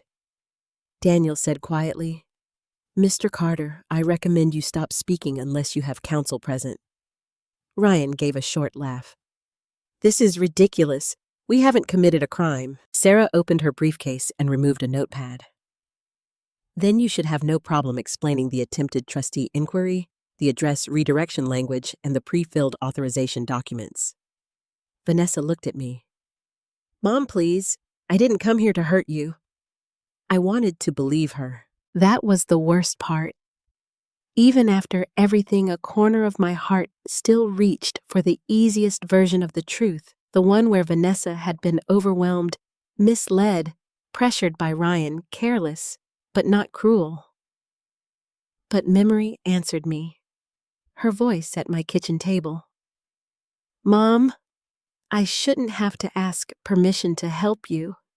Her hand taking my bank folder, her laughter at the counter. "Mom, stop embarrassing yourself."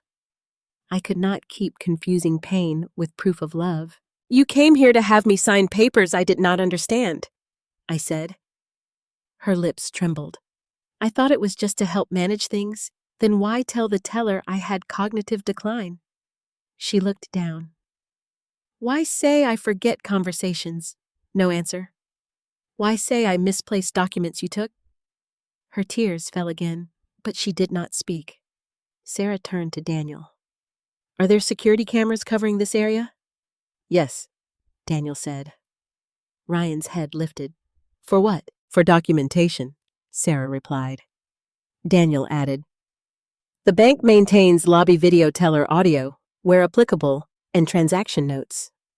Ryan looked at the ceiling corners, suddenly aware of every small black dome camera above us. I had never thought much about those cameras.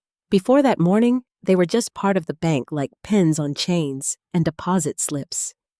Now they felt like silent witnesses. Vanessa whispered, "This is humiliating." I looked at her carefully. "Yes," I said, "it is." Her eyes met mine. I did not say more.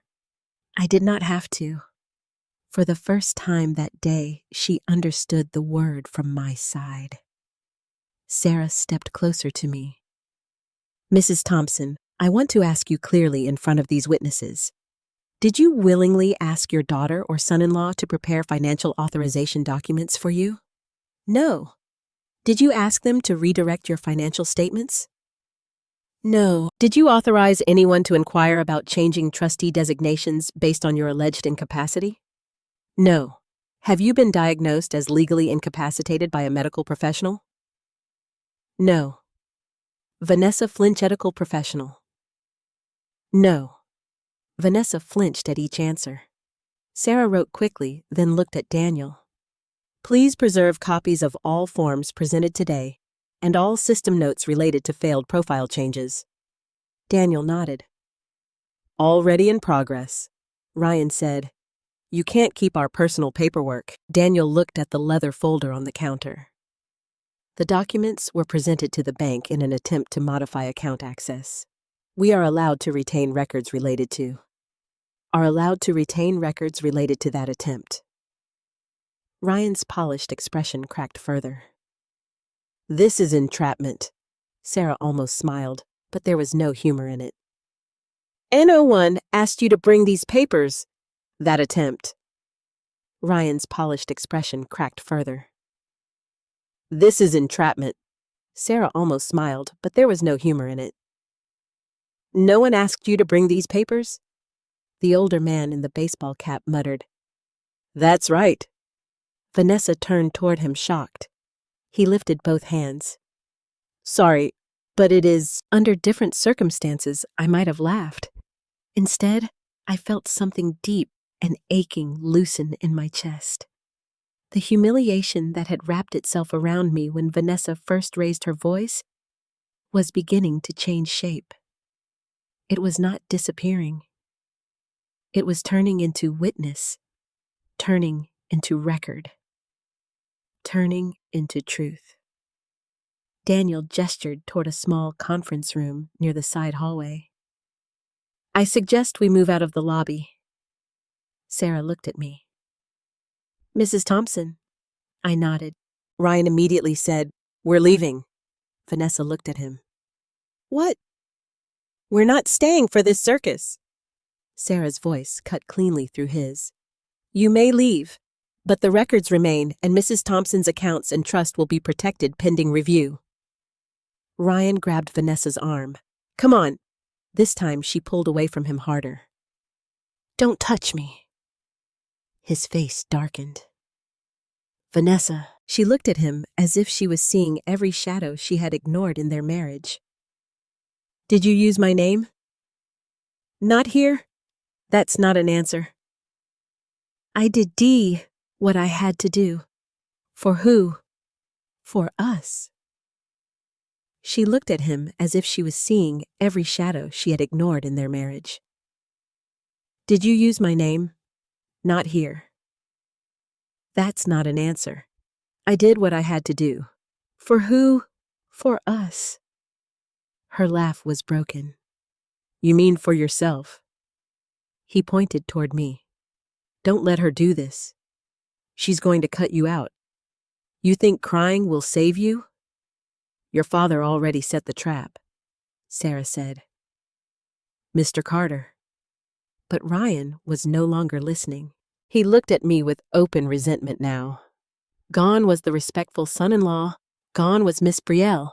Gone was the man who brought flowers on Mother's Day and complimented my pot roast while asking where Michael kept old documents. You sit in that house like some saint, he said, while your family struggles. My family could have come to me honestly, I answered. You would have said no. You never gave me the chance. Vanessa whispered, Ryan, stop. He turned to her. No, you stop. You wanted this too.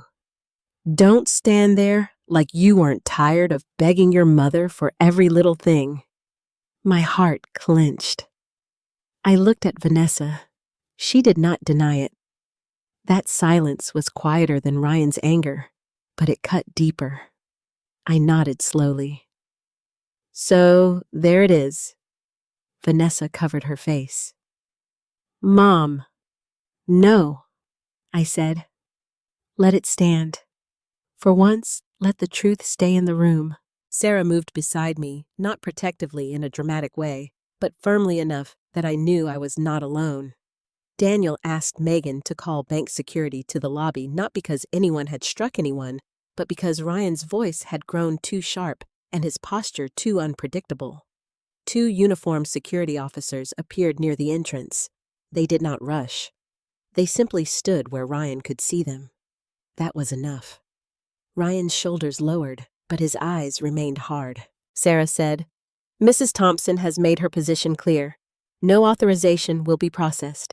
A protective flag will be placed. The trust office will conduct a review. Any further contact regarding her finances should go through proper legal channels. Vanessa looked up terrified now.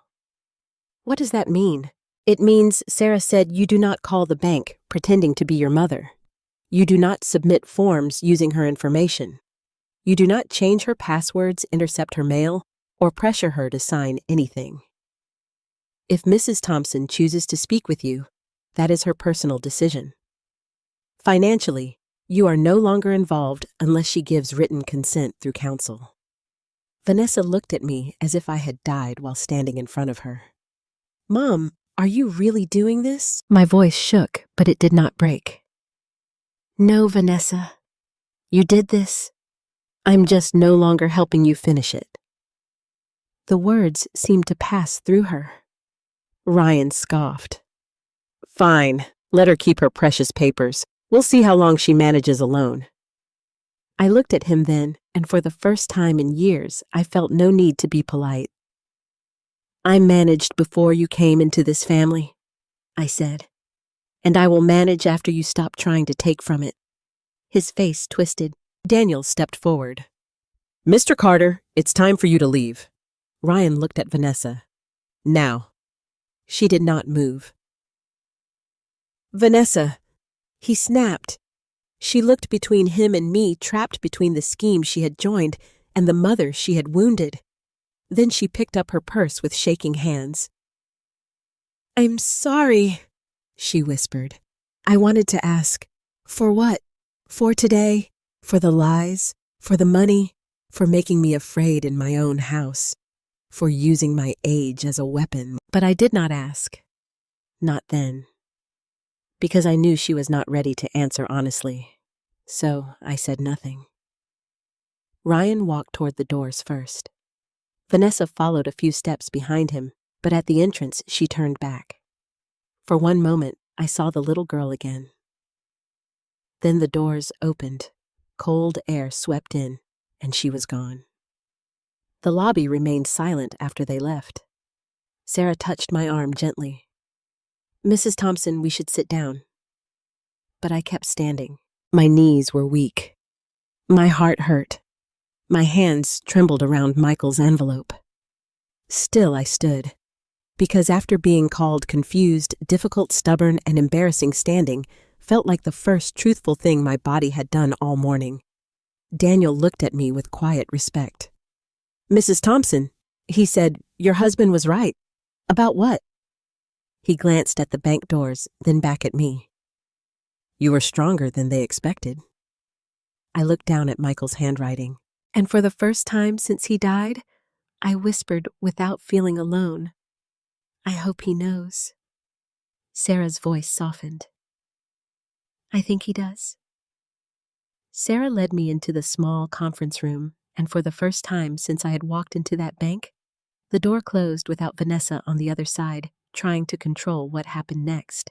The room had a round table, 6 chairs, a coffee machine in the corner, and a window facing the parking lot.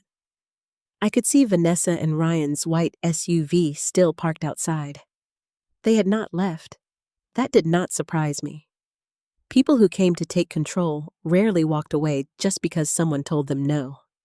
Sarah sat beside me, Daniel across from us. He placed the blue folder on the table between us, not like a weapon, but like a truth that had waited long enough. Mrs. Thompson, Sarah said gently, before we discuss legal steps, I want you to understand what your husband did and why. I nodded, though my throat still ached. Sarah opened her briefcase and removed a copy of the trust documents. The pages were thick, organized with tabs and signatures and notary stamps. Michael's name appeared in several places, neat and firm, just the way he had signed birthday cards and tax returns and the notes he used to leave on the refrigerator. Michael Thompson. Seeing his signature made the room blur. Sarah waited until I blinked the tears back. Michael first came to me about 6 years ago, she began.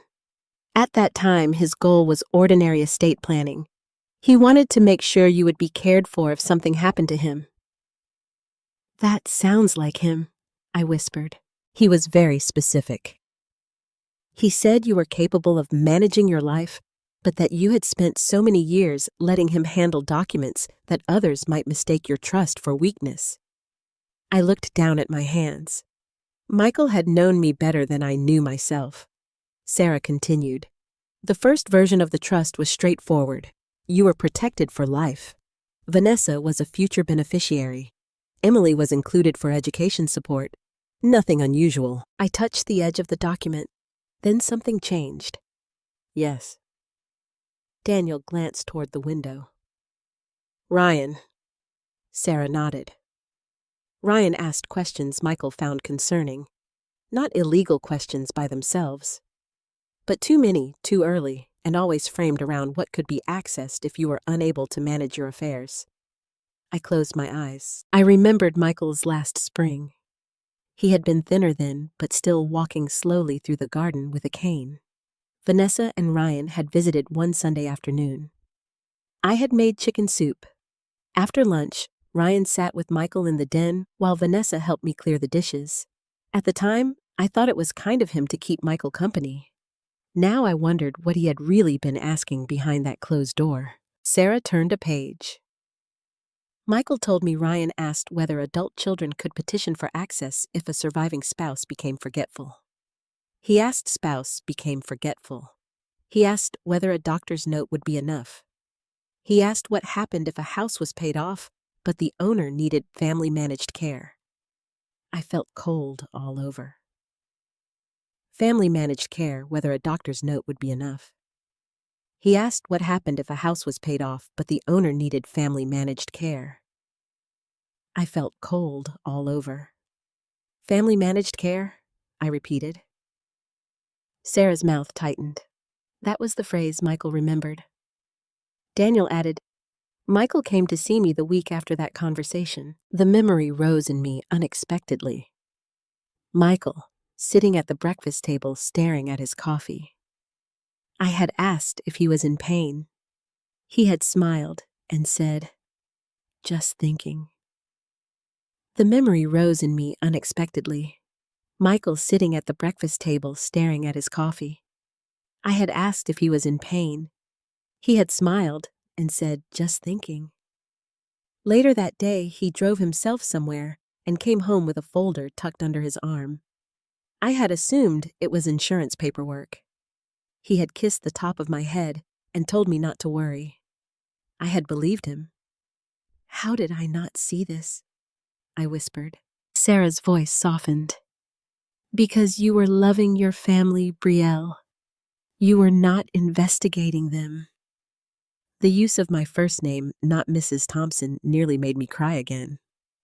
Sarah pointed to a section marked Amendment 2.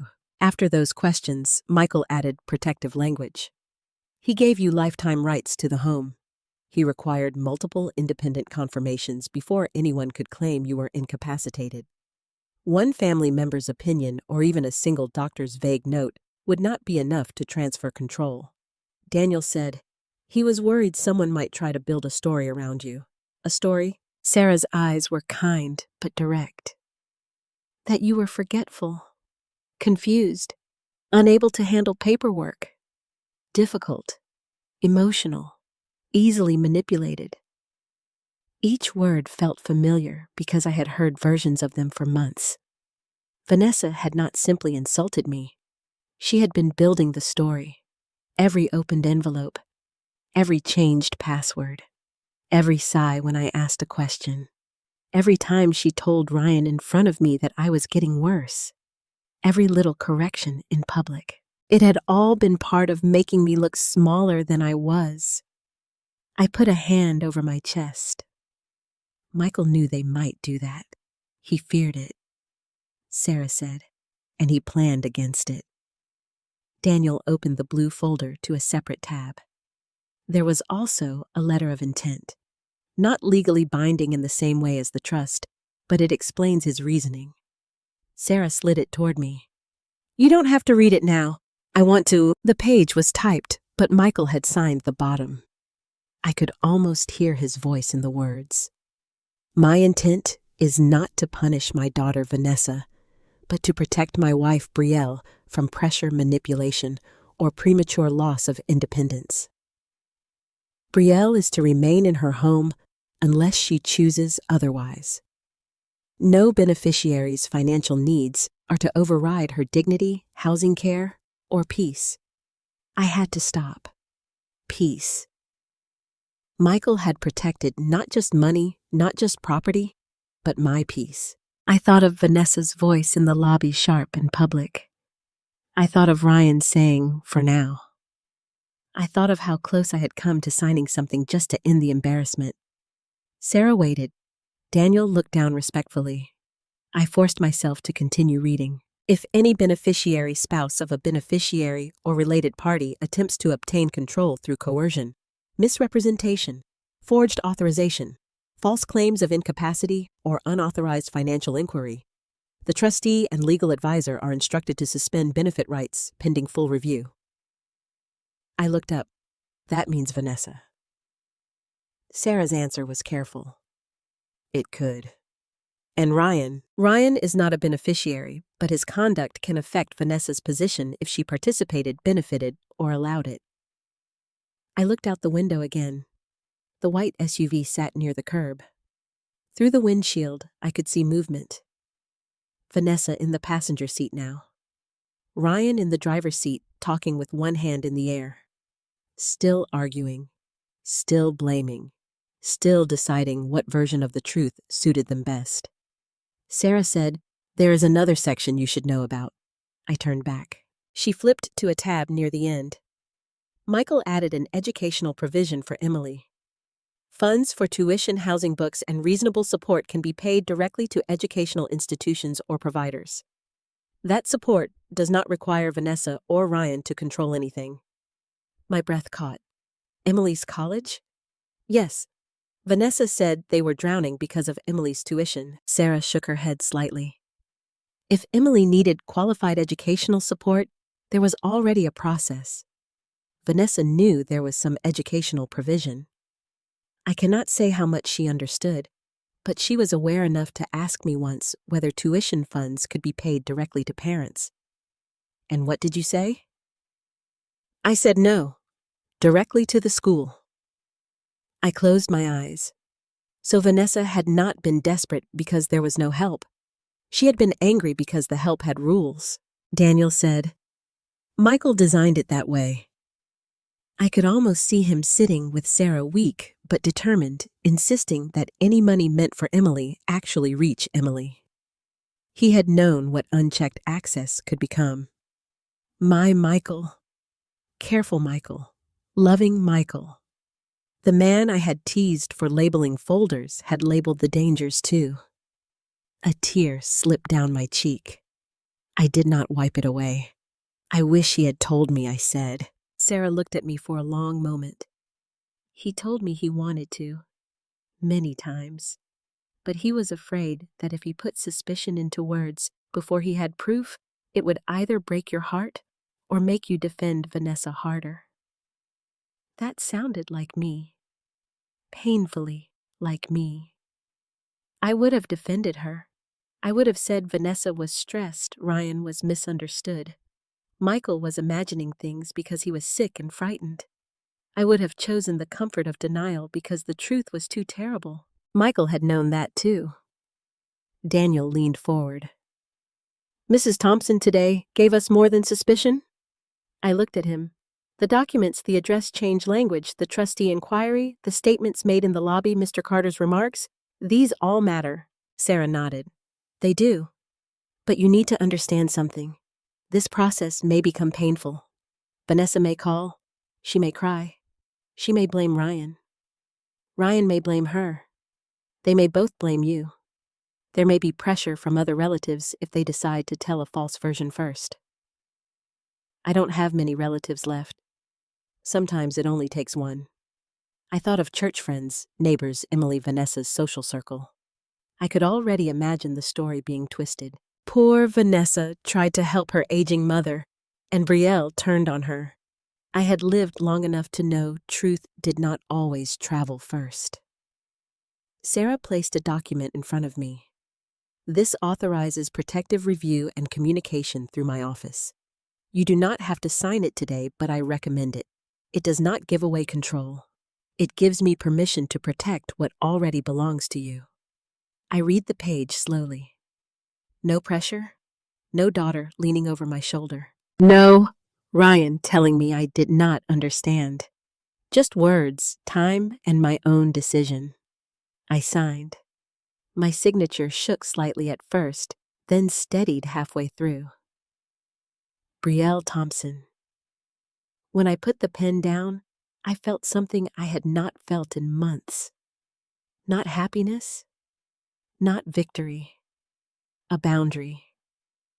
Sarah collected the page. Good.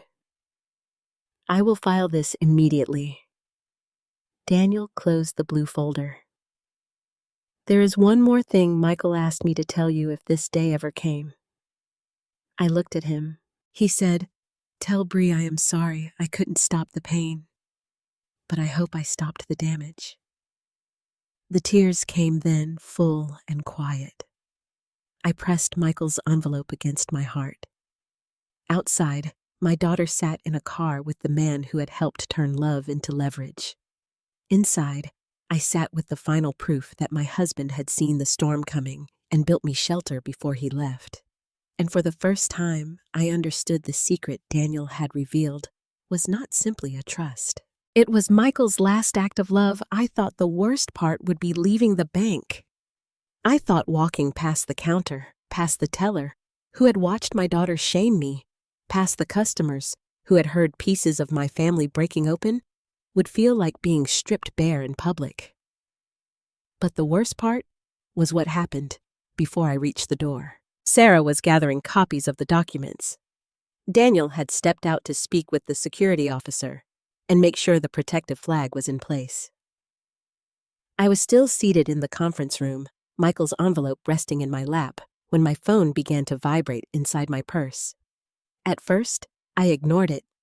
Then it vibrated again. And again. Sarah looked up. "You don't have to answer." "I know, but I already knew who it was." I took out the phone and saw Vanessa's name glowing on the screen. My daughter. My only child. There are names that can still make your heart soften, even after they have hurt you. A mother's body remembers before her mind can object. I saw her name, and for 1 second, I was back in a hospital bed 42 years earlier, holding a tiny red-faced baby, while Michael cried beside me. Then the phone stopped. A text appeared. "Mom, please come outside. We need to talk without these people." Another text. "Ryan is furious. You don't understand what you're doing." Then another. "If you loved me, you wouldn't let strangers destroy my family." I read that one twice. My family. Not our family. Not you. My. Sarah watched my face. "Is she pressuring you?" I handed her the phone without speaking. She read the messages and exhaled softly. "Brielle, I recommend you do not go outside alone." I wasn't planning to. That was true, though. Saying it surprised me. An hour earlier, Vanessa could have sent one wounded text, and I would have followed her anywhere just to make the pain stop. Now I understood pain could be a leash. Sarah returned the phone. "You can respond if you want. Keep it brief. No explanations. I stared at the screen. My fingers moved slowly. I typed, "I will not discuss money or legal matters without Sarah present." I pressed send before I could soften it. The reply came almost immediately. "So now you need a lawyer to talk to your daughter." My hand trembled, but not from weakness, from the effort of not falling into the old pattern. Sarah said no response, so I did not respond. A minute later, the conference room door opened. Daniel stepped in, his expression serious. "Mrs. Thompson," he said, "Vanessa and Ryan are still in the parking lot." Ryan attempted to come back inside, but security advised him to remain outside unless he has bank business. Sarah stood. "Did he say why?" "He said Mrs. Thompson was being kept here against her will." I almost laughed. After a morning of trying to make me sign papers, Ryan had decided I was the one being controlled. Sarah's face hardened. "Document that. Already done." Daniel looked at me. "Are you ready to leave through the side exit? We can have security walk you to your car."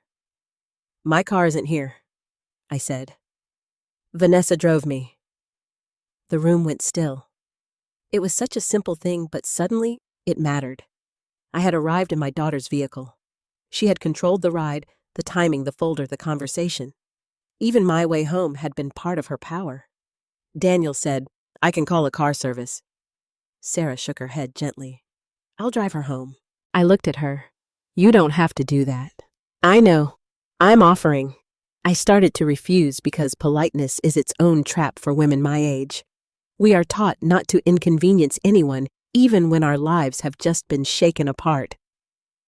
But then I thought of Vanessa waiting outside, maybe crying, maybe angry, maybe ready to pull me back into the old room of guilt. So I nodded. "Thank you." Sarah packed her briefcase. Daniel handed her a sealed bank envelope containing copies of the transaction notes and the attempted forms. Then he turned to me. "Before you leave, there is one more banking matter." My stomach clenched. "More." His expression softened. "This one is simple. Your online banking credentials need to be reset.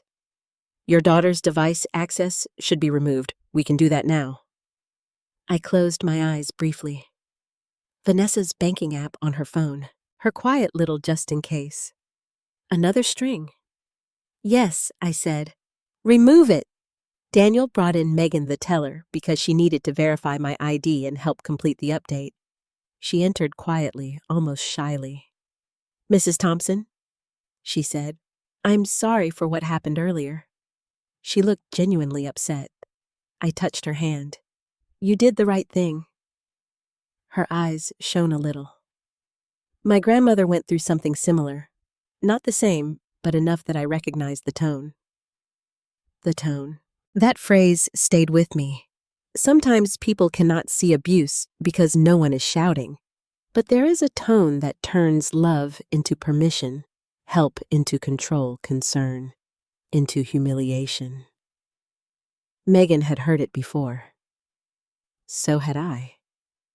We reset my password, removed unauthorized device access, changed my security questions, restored my mailing address, added a verbal password Vanessa could not guess because it had nothing to do with family.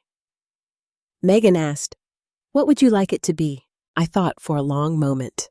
Then I said, "Maple sunrise." Daniel looked at me curiously. I smiled faintly. Michael used to call me downstairs to look at the sunrise through the maple trees. Megan typed it in. Maple sunrise. A password made from love instead of fear. When everything was finished, Sarah walked beside me toward the side hallway. Daniel came with us as far as the door. "Mrs. Thompson," he said. I turned. He held out his hand. I took it. "Your husband trusted the right person," he said. I expected him to mean himself, or Sarah, or the bank. But then he added, "He trusted you." I could not answer. I only squeezed his hand once. Sarah and I exited through a side door that opened near employee parking. The cold March air struck my face sharp and clean. Her car was a dark sedan parked near the back. As we walked, I saw Vanessa's white SUV at the front of the lot. Ryan stood outside at arms crossed. Vanessa stood near the passenger door, phone in hand. She saw me. Our eyes met across the parking lot. For a moment, she looked the parking lot. For a moment, she looked so young. Not 42, not polished, not cruel, just frightened. Then Ryan turned and saw me too. He started walking toward us. Sarah stopped it immediately. Brielle, get in the car. So young. Not 42. Not polished. Not cruel. Just frightened. Then Ryan turned and saw me too. He started walking toward us. Sarah stopped immediately. Brielle, get in the car. Ryan called out. We're not finished. Sarah stepped slightly in front of me. Mr. Carter, do not approach my client. My client! The words gave me a strange kind of shelter. Ryan ignored her. Brielle, you're making a mistake. Vanessa followed him, but slower. Mom, please. I stopped with one hand on Sarah's car door. Every instinct told me to explain, to soothe, to say I still loved her, to promise we would talk later, to make the moment less terrible for my child. But Sarah had warned me, no explanations. So I said only, go home, Vanessa. She flinched. Ryan laughed bitterly. Go home. That's all you have to say after blowing up our lives. I looked at him. You brought the match. His face darkened. Sarah's voice sharpened. Mr. Carter, step back now. A security officer had come out through the side door behind us. Ryan saw him and stopped. Vanessa began to cry again, but quietly this time.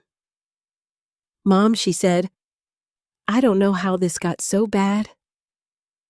That was the first honest sentence she had spoken all day. I looked at her, and my heart broke all over again. It got bad one small lie at a time, I said. She covered her mouth. Ryan scoffed. Don't stand there and act morally superior. Vanessa, get in the car. But Vanessa did not move. Sarah opened my door. Brielle. I knew she was right. I got in. As Sarah drove out of the parking lot, I looked through the window and saw Vanessa standing alone beside the SUV while Ryan shouted something I could no longer hear. For the first time, I wondered if my daughter was not only a betrayer. Maybe she was also trapped beside the man who had taught her how to betray. But that thought did not erase what she had done. Love could explain pain. It could not excuse theft. On the ride home, Sarah did not fill the silence. She let me stare out at the gray streets of Columbus, at the houses and traffic lights and ordinary people moving through an ordinary day, while my life quietly split into before and after. About 10 minutes from my house, my phone buzzed again. This time, the message was not from Vanessa. It was from an unknown number. Mrs. Thompson, this is Emily. Mom told me something happened at the bank. Please don't believe everything she says. I need to talk to you. There are things I heard at home. My breath stopped. Sarah glanced over. What is it? I stared at the message until the words blurred. My granddaughter, I whispered. What did she say? I looked ahead at the road, at the bare trees, at the first hint of sunlight breaking through clouds. She says there are things she heard. Sarah's hands tightened slightly on the steering wheel. The bank had revealed the documents. Michael had revealed the protection. But Emily, I realized, might reveal the one thing I was not ready for. How long my daughter had truly been planning to take my life away from me. Sarah pulled into my driveway just after noon. My house looked exactly the same as it had that morning, but I did not feel like the same woman who had left it. The maple trees stood bare on either side of the front walk. The porch light was still on because I had forgotten to switch it off. A small package sat by the door, probably vitamins I had ordered 3 days earlier. Ordinary things. That was what made betrayal so strange. The world did not pause for your heartbreak. Mail still came. Clocks still ticked. Neighbors still walked dogs past your house, while your entire understanding of family collapsed inside your chest. Sarah parked, but did not turn off the engine right away. "Do you want me to come in?" she asked. I looked at the house. For the first time in 3 years, I hesitated before entering my own home. Not because I feared ghosts, because I feared what Vanessa and Ryan had already touched. My mail, my passwords, Michael's folders, the desk drawers, the little places where private life rests because you believe family will not violate it. "Yes," I said, "please." Sarah came inside with me. The moment I opened the front door, the silence felt different. Before that day, silence had been loneliness. Now it felt like evidence waiting to speak. I set my purse on the hallway table and stood still, listening. Sarah noticed. "Are you all right?" "I don't know." It was the most honest answer I had. We went first to Michael's office. I had kept it almost exactly as he left it. His oak desk faced the window. His old reading lamp sat on the left corner. A framed photograph of us at Lake Erie stood beside a brass paperweight shaped like a school bell, a gift from my teaching days. For 3 years, I had treated that room like a shrine. Vanessa had treated it like a storage unit for clues. Sarah opened her briefcase. "We need to secure any financial documents, not remove them from you, just identify what should be protected." I nodded. Together, we checked the desk drawers. The green folder marked house was still there. The blue folder Vanessa had once taken was back, but the papers inside were out of order. The insurance file had sticky notes I did not recognize. One note said, "Ask about liquidation value." My stomach turned. Sarah photographed it. "Do you know whose handwriting that is?" she asked. I looked closely. "Ryan's." My voice sounded distant. Sarah placed the note in a clear plastic sleeve from her briefcase. "We'll preserve this." The phrase made my house feel like a crime scene. Next, we found a printed email tucked behind the folder tray. It was not addressed to me. It looked like a draft or a copy Ryan had forgotten. "Subject estate liquidity question." The body was short. "If surviving spouse is sole occupant but not financially competent, what steps allow family to manage or access property-backed assets?" There was no signature, but the email address printed at the top belonged to Ryan's business account. I sat down in Michael's chair because my legs suddenly felt weak. Sarah read the page once, then again. "This is important. He was asking how to get to the house. It appears that way." I looked around the room. At the bookshelves Michael had built. At the old globe Emily used to spin when she was little. At the carpet where Vanessa once sat cross-legged wrapping Father's Day presents. My house had not been a home to Ryan. It had been collateral. Sarah's phone rang before I could speak. She checked the screen. "It's my assistant. I asked her to pull county records and any recent filings connected to your name." She stepped toward the hallway. "May I take this?" "Yes." While she spoke quietly near the front door, I remained in Michael's chair and stared at the email. Financially competent. That phrase. That ugly, polished phrase. They had not needed me to be sick. They only needed enough people to believe I might be. My own daughter had stood in a bank lobby building that lie in public. I picked up my phone and opened Emily's message again. "Mrs. Thompson, this is Emily. Mom told me something happened at the bank. Please don't believe everything she says. I need to talk to you. There are things I heard at home." Emily had called me Mrs. Thompson, not Grandma. That hurt in a different way. Maybe she was afraid. Maybe she did not know whether I blamed her too. Maybe Vanessa had told her some terrible version before the truth could reach her. I typed carefully. Emily, this is Grandma. I am home now. Are you safe? The reply came almost immediately. Yes, I'm at campus. I didn't want to call from home. I'm sorry. I should have said something sooner. My chest tightened. I wrote, You can tell me when you're ready. You are not in trouble. 3 dots appeared, disappeared, appeared again. Then her message came. I heard Dad say they needed you to sign before you got lawyered up. Mom told him not to say it like that. They argued about using her name for something. I didn't understand everything. I closed my eyes, got lawyered up. The phrase sounded exactly like Ryan. Smug, casual, as if my protection were an obstacle, not a right. Sarah returned to the office and saw my face. What happened? I handed her the phone. She read Emily's messages.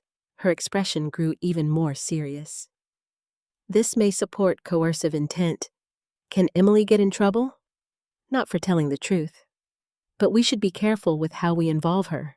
She's young, and this is her parents. She's 20, still their child. I knew what she meant. No matter how old you become family, pressure finds the youngest soft place in you. Sarah sat across from me. Brielle, my assistant, found something else. I looked at her. What a loan. Loan application inquiry from a private lender. It appears to have been started using your name as a potential guarantor.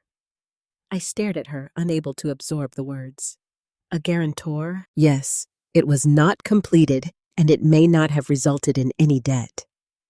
But your personal information was entered by who we do not know yet, but we both knew. Or at least, we knew where the shadow pointed. I stood up too quickly. I never agreed to any loan. I believe you. I never signed anything. That is important. I want to see it. Sarah hesitated. I only have preliminary information. I can request the full file. Do it. My own voice startled me. Sarah nodded. I will. For the next hour, my quiet house became a place of careful gathering. Sarah helped me make a list of missing or disturbed documents. We secured my Social Security card, birth certificate, deed records, insurance papers, and Michael's trust correspondence. She advised me to change the locks, not because Vanessa had broken in, but because the spare key in her possession was no longer safe. That hurt more than resetting the bank password. A password was technical. A key was intimate. I remembered giving Vanessa that spare key after Michael's funeral. I had pressed it into her palm and said, just in case. I had meant in case I fall. I had not meant in case you want to walk through my life without asking. Sarah called a locksmith from my kitchen table and arranged same-day service. Then she helped me contact the post office to place a hold and alert on mail forwarding. She also told me to freeze my credit. Today, she said, not tomorrow. So we did. Each step felt like closing a door I had once left open out of love. Around 3 o'clock, Vanessa called again. This time, I let it ring. Then came a voicemail. Sarah did not tell me to listen. She simply waited. I pressed play on speaker. Vanessa's voice filled my kitchen. Mom, I don't know what Ryan said to you, but you're letting this get out of control. I admit the bank thing was handled badly. I shouldn't have embarrassed you. But you embarrassed me too. You made me look like I was stealing from you. I'm your daughter. I have done everything for you since Dad died. If you cut me off, you're going to regret it. Emily is upset. Ryan is angry. Our family is falling apart because you chose strangers over us. Please call me before lawyers make this worse. The voicemail ended. For a long moment, neither Sarah nor I moved. Then I said, she apologized for embarrassing me. Sarah looked at me. Yes, not for trying to take control.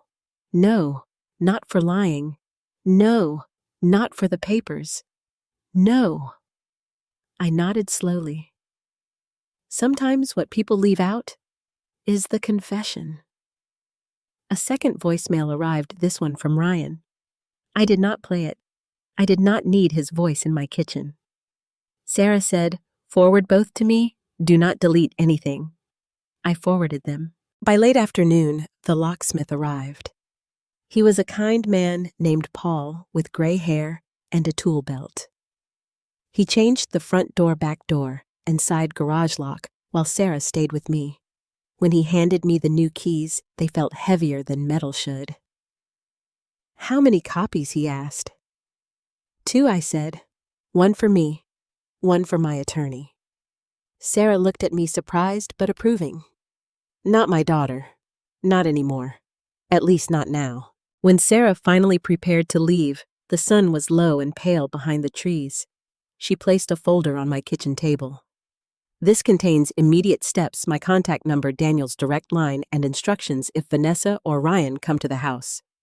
I looked at the folder. Do you think they will? I don't know, but pressure often increases when control fails. I walked her to the door. Before she left, she said, "You did well today." I almost said I did not feel like it. Instead, I looked back at my quiet house, my changed locks, Michael's office, the envelope on the table, and my phone full of messages from a family I no longer knew how to trust. I survived today, I said. Sarah smiled gently. Sometimes that is doing well. After she drove away, I locked the door with my new key. The click sounded final. I stood there in the hallway until the house settled around me. Then my phone buzzed again. Emily, Grandma, Mom doesn't know I'm texting you. Can I come see you tomorrow? There's something else. It's about the papers Dad printed in your name. I held the phone with both hands. The house was quiet. The locks were new. The truth was not finished. And for the first time, I understood that the bank had only been the beginning. That night, I did not turn on the television. The house was quiet in a way I had never heard before. Not peaceful, not exactly frightening, just unfamiliar, as though changing the locks had changed the sound of every room. I sat at the kitchen table with Michael's letter, Sarah's folder, my new keys, and my phone all laid out before me. 4 objects, 4 versions of protection. 1 from the past, 1 from the law, 1 from a locksmith, 1 from the granddaughter I was afraid to involve but could not ignore. Outside, the maple branches scraped softly against the window. For years after Michael died, I had thought the hardest sound was an empty house. I was wrong. The hardest sound was a house that had been entered by people you loved, not with violence, but with entitlement. I made tea and forgot to drink it. I walked into the living room and stood in front of the mantel where family photographs lined the polished wood. Vanessa at 5, wearing a yellow dress and holding a plastic Easter basket. Vanessa at 12, braces shining as Michael hugged her after a school concert. Vanessa at 22 in a graduation gown. My hands on her shoulders, Michael standing tall and proud beside us. Then Vanessa at her wedding. Ryan stood beside her in that photograph, smiling with perfect teeth, one hand at her waist. I remembered how charming he had been that day. How he thanked us for raising such an extraordinary woman. How Michael had smiled politely, but remained quieter than usual. I had thought Michael was emotional because he was giving away our daughter. Now I wondered if some part of him already knew we were not giving her away. We were watching someone else take hold. I picked up the wedding photo and sat with it on the sofa. My fingers traced Vanessa's face through the glass. "Where did you go?" I whispered. But photographs never answer. They only preserve the version of a person you were once allowed to believe in. Around 9, Emily texted again. "Grandma, can I come tomorrow morning? I can take the bus. I don't want Mom or Dad to know until after." I typed back, I'll pick you up. Send me where?" Then I paused. I had not driven much at night or into campus traffic since Michael died. Vanessa always made it sound as if that was because I was incapable. But the truth was simpler. I had stopped going places alone because grief shrinks your world if you let it. I deleted the sentence and typed again. "I will meet you at the cafe near campus at 10. Emily replied with a heart. Just one small symbol. It made me cry harder than all of Vanessa's voicemails, because Emily had not asked for money. She had not asked what she would inherit. She had not asked whether the trust was real. She asked to see me. The next morning, I dressed carefully, not as formally as I had for the bank, but not carelessly either. I wore dark slacks, a cream sweater, and the pearl earrings Michael had loved. Before leaving, I placed his letter in the top drawer of my bedroom dresser, then locked the front door with my new key. The click still hurt. The cafe near campus was warm and crowded, full of students with laptops, backpacks, and futures they still believed they could shape. I arrived early and chose a table near the back wall. Emily came in 10 minutes later. She looked younger than 20. Her brown hair was pulled into a messy bun, and she wore jeans, sneakers, and an Ohio State sweatshirt. Her eyes were red. When she saw me, she stopped near the door, as if unsure whether she had the right to come closer. That broke me a little. I stood. "Emily." She crossed the cafe quickly and wrapped her arms around me. "Grandma," she whispered. There it was. Not Mrs. Thompson. Grandma. I held her tightly, and for one moment I let myself feel something other than betrayal. "I'm sorry," she said into my shoulder. "I'm so sorry." I pulled back and touched her face. "You didn't do this." "I heard things." "That does not mean you caused them." She sat across from me, twisting the paper sleeve around her coffee cup. Her hands shook the way mine had at the bank. "I didn't know what they were planning at first," she said. "I knew they talked about money. They always talk about money. Dad's business has been bad for a while. Worse than they told people." How bad? Emily looked down. "Bad enough that Mom sold some jewelry last year. Bad enough that Dad stopped opening certain mail. Bad enough that they fought about the mortgage. They told me Emily's tuition was drowning them." She winced. "Grandma, most of my tuition is covered. Scholarships, loans, and that education fund Grandpa set up. Mom gets mad because the money goes straight to school. She said it made her look like a child." I closed my eyes. Sarah had been right. The help existed. The problem was that Vanessa could not control it. Emily continued. "A few months ago, Dad started saying your house was wasted equity." I felt the words land in my stomach. Wasted equity. He said if you moved into assisted living, the house could solve everything. I don't need assisted living. I know. Did Vanessa say I did? Emily's eyes filled. Not at first. At first, she told him to stop.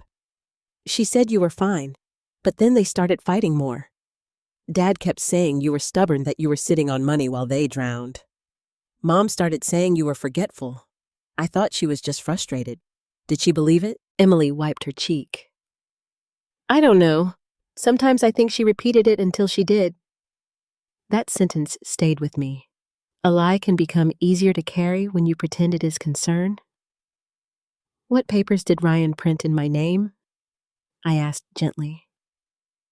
Emily reached into her backpack and pulled out a folded stack of pages. I shouldn't have taken these. Where did you get them? From the printer tray in Dad's office. He printed them 2 nights ago. I saw your name and got scared. She slid the papers across the table. My name appeared at the top of the first page. Brielle Thompson. Below it were forms I did not recognize. Preliminary loan inquiry. Property-backed line of credit estimate, a section marked potential guarantor. Another page had notes about elder care transition, medical incompetence documentation, and family representative access. My hands went numb. Emily whispered, I didn't know what to do. I looked at the papers, then at my granddaughter. You did the right thing. I should have done it sooner. No, you did it when you could. She shook her head. Mom knew he printed some of it. Not all, I don't think. They argued. She said, you promised we were only getting access, not putting her name on debt. Dad said, access is how we get there. I felt the cafe sounds fade. Access is how we get there. That was the whole plan in one sentence. First my mail, then my password, then my bank account, then my competence, then my house, then my signature. One small step at a time until I woke up inside a life no longer mine. Emily reached across the table and took my hand. Grandma, I don't think Mom started out wanting to hurt you. My throat tightened. She still did. I know. She let him use my age against me. I know. She stood in that bank and humiliated me. Emily began to cry. I know. I squeezed her hand. I am not angry at you. I'm angry at myself. Don't carry your parents' sins for them. That weight is not yours. She nodded, but I knew it would take time for her to believe it. Children often inherit shame before they inherit anything else. I took photos of every page and sent them to Sarah while Emily sat silently across from me. Sarah replied within minutes. Keep originals safe. Do not confront them. I will call you shortly. I showed Emily the message. She looked frightened. Are they going to jail? I don't know. Do you want them to? The question pierced me. Did I want my daughter punished? Did I want Ryan exposed? Did I want consequences heavy enough to teach them what my tears could not? I looked down at Vanessa's childhood photo in my mind. Yellow dress, Easter basket, missing teeth. Then I looked at the loan papers with my name on them. I don't want revenge, I said slowly, but I cannot protect them from the truth anymore. Emily nodded. We sat there for a long time, two women from different generations, holding opposite ends of the same broken family. Before we left, Emily said, Grandma Mom told me you were turning everyone against her. I looked at her. What do you believe? She took a shaky breath. I believe she forgot you were a person before you were her mother. That sentence went straight through me. Because maybe that was the wound beneath everything. Vanessa had stopped seeing me as Brielle. She saw mother, widow, house, account, obligation, obstacle, but not woman, not wife, not teacher, not the person who still woke up missing Michael, who still loved maple sunrises, who still had the right to choose what happened to her own life. I drove Emily back to campus. Before she got out, she hugged me again. Please be careful, she said. You too. As she walked toward the dorms, I saw her wipe her eyes with her sleeve. On the drive home, Sarah called. Brielle? She said the documents Emily brought are serious. Combined with the bank incident and Ryan's prior inquiries, this may trigger the misconduct clause. I kept both hands on the wheel. What does that mean? It means Vanessa's inheritance rights may be suspended pending review. And if participation is proven removed, I drove under a row of bare trees, sunlight flashing through the branches like pieces of broken glass. My daughter had tried to take control of my life. Now she was about to lose the future her father had once wanted to give her. And the saddest part was not that Michael had written the clause. Not that Michael had written the clause. The saddest part was that Vanessa had finally earned it. Sarah asked me not to contact Vanessa directly for at least 48 hours. Let the documents speak first. The saddest part was that Vanessa had finally earned it. Sarah asked me not to contact Vanessa directly for at least 48 hours. Let the documents speak first, she said. Emotions will only give them something to twist. I understood what she meant, but understanding did not make the silence easy. By the next morning, Vanessa had called 7 times. Ryan had left 2 voicemails. One was angry. One was strangely calm, which frightened me more.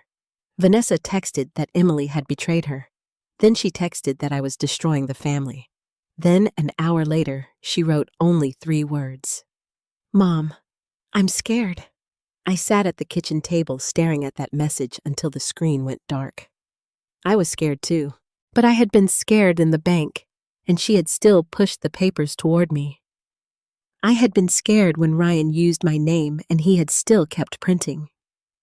I had been scared when Vanessa told strangers I was confused and she had still let the lie stand because it served her. Fear did not make wrong things right. So I did not answer. That afternoon, Sarah came back with a formal notice prepared for Vanessa and Ryan. It stated that all communication about my finances, trust, property, mail credit, and banking must go through her office. It also notified them that the misconduct clause had been activated pending review. Activated, I repeated. The word sounded mechanical, but nothing about it felt mechanical. Sarah sat across from me in Michael's office. It does not mean a final decision has been made. It means their access to any benefit, influence, or information is suspended until the review is complete. Vanessa will think I did this to punish her. Maybe. I didn't. I know. I looked at the wedding photograph I had placed face down on the desk the night before. I had not been able to keep Ryan's smile looking at me. What happens to Emily? Emily's education provision remains protected. Your husband separated her support from Vanessa's conduct for exactly this reason. Of course he had. Michael had protected a child from the failures of her parents before any of us knew how badly that protection would be needed. Sarah opened another folder. There is something else we should discuss. Not today, if you are not ready, but soon. What? Your long-term plan. The trust allows you to revise certain discretionary provisions while you are competent. You cannot rewrite every original term, but you can direct how future charitable or family education funds are managed. I thought of Emily sitting across from me in the cafe, shoulders hunched under the weight of secrets that never should have belonged to her. What did Michael want? Sarah smiled softly. He wanted the money to build, not poison. Those were his words. Build, not poison. That sounded like him, too. After Sarah left, I walked through the house with those words in my mind. Build, not poison. I stopped in the hallway where family photos still lined the wall. For years, I had mistaken keeping every picture up for keeping the family together. But a frame could not hold what people chose to break. I did not take Vanessa's photos down. Not yet. But I stopped looking at them like proof that I owed her my silence. 2 days later, Emily came over. This time, she used the front doorbell. That small act nearly made me cry. She did not use the old spare key. She did not assume access. She waited to be invited in. When I opened the door, she held a paper grocery bag. I brought soup, she said. From that deli you like. You remembered? She gave a sad little smile. Grandpa used to take me there. We ate at the kitchen table. For a while, we talked about ordinary things, her classes, a difficult professor, a roommate who left wet towels everywhere. It felt like stepping onto a patch of dry land after days of floodwater. Then Emily put down her spoon. Mom knows I talked to you. I looked up. Did she hurt you? No. She cried. Then she got angry. Then she cried again. That sounds like Vanessa. Emily nodded, eyes lowered. She said Dad pushed everything too far. She said she only wanted to make sure you helped if things got bad. And do you believe her? I believe Dad pushed. I also believe Mom let herself be pushed, because part of her wanted what he promised. What did he promise? Emily swallowed.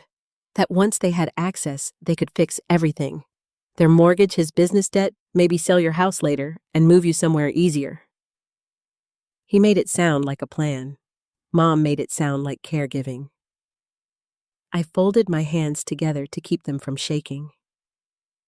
Did she know about the loan papers? Some. Not all. She told him not to use your name for debt until after you signed authorization. He said it would only be preliminary, until after you signed. There it was again. The line between hesitation and participation. Vanessa had not been innocent. She had been uncomfortable. There is a difference. Emily wiped her eyes. Grandma, she asked if you hate her. The question landed softly and broke hard. No, I said. I don't hate my daughter. She thinks you do. I hate what she did. I hate that she made me afraid. I hate that she stood in public and made my age sound like a disease. But hate her no. A mother's heart is not that simple. Emily nodded, crying quietly. But love, I continued, does not mean I hand her a key again. Emily looked at the new lock on the back door. I understand. I reached across the table. Do you? She squeezed my hand. I think so. After lunch, I showed Emily Michael's letter. Not all of it. Some words were only for me, but I showed her the part where he wrote that no one gets to take my place while I am still standing in it. Emily read it twice. Then she whispered, Grandpa knew. Yes, he must have been so sad. I think he was, but he was also clear. Emily folded the paper carefully and handed it back. I want to be clear, too. What do you mean, I don't want money from this, if it means hurting you? I felt my throat tighten. Emily. No, I mean it. I want to finish school.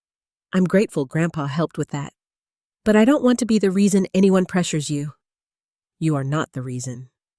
I know, but I still need to say it. And in that moment, I saw the difference between greed and gratitude. Greed grabs with both hands and calls it need. Gratitude receives with open hands and worries about the giver.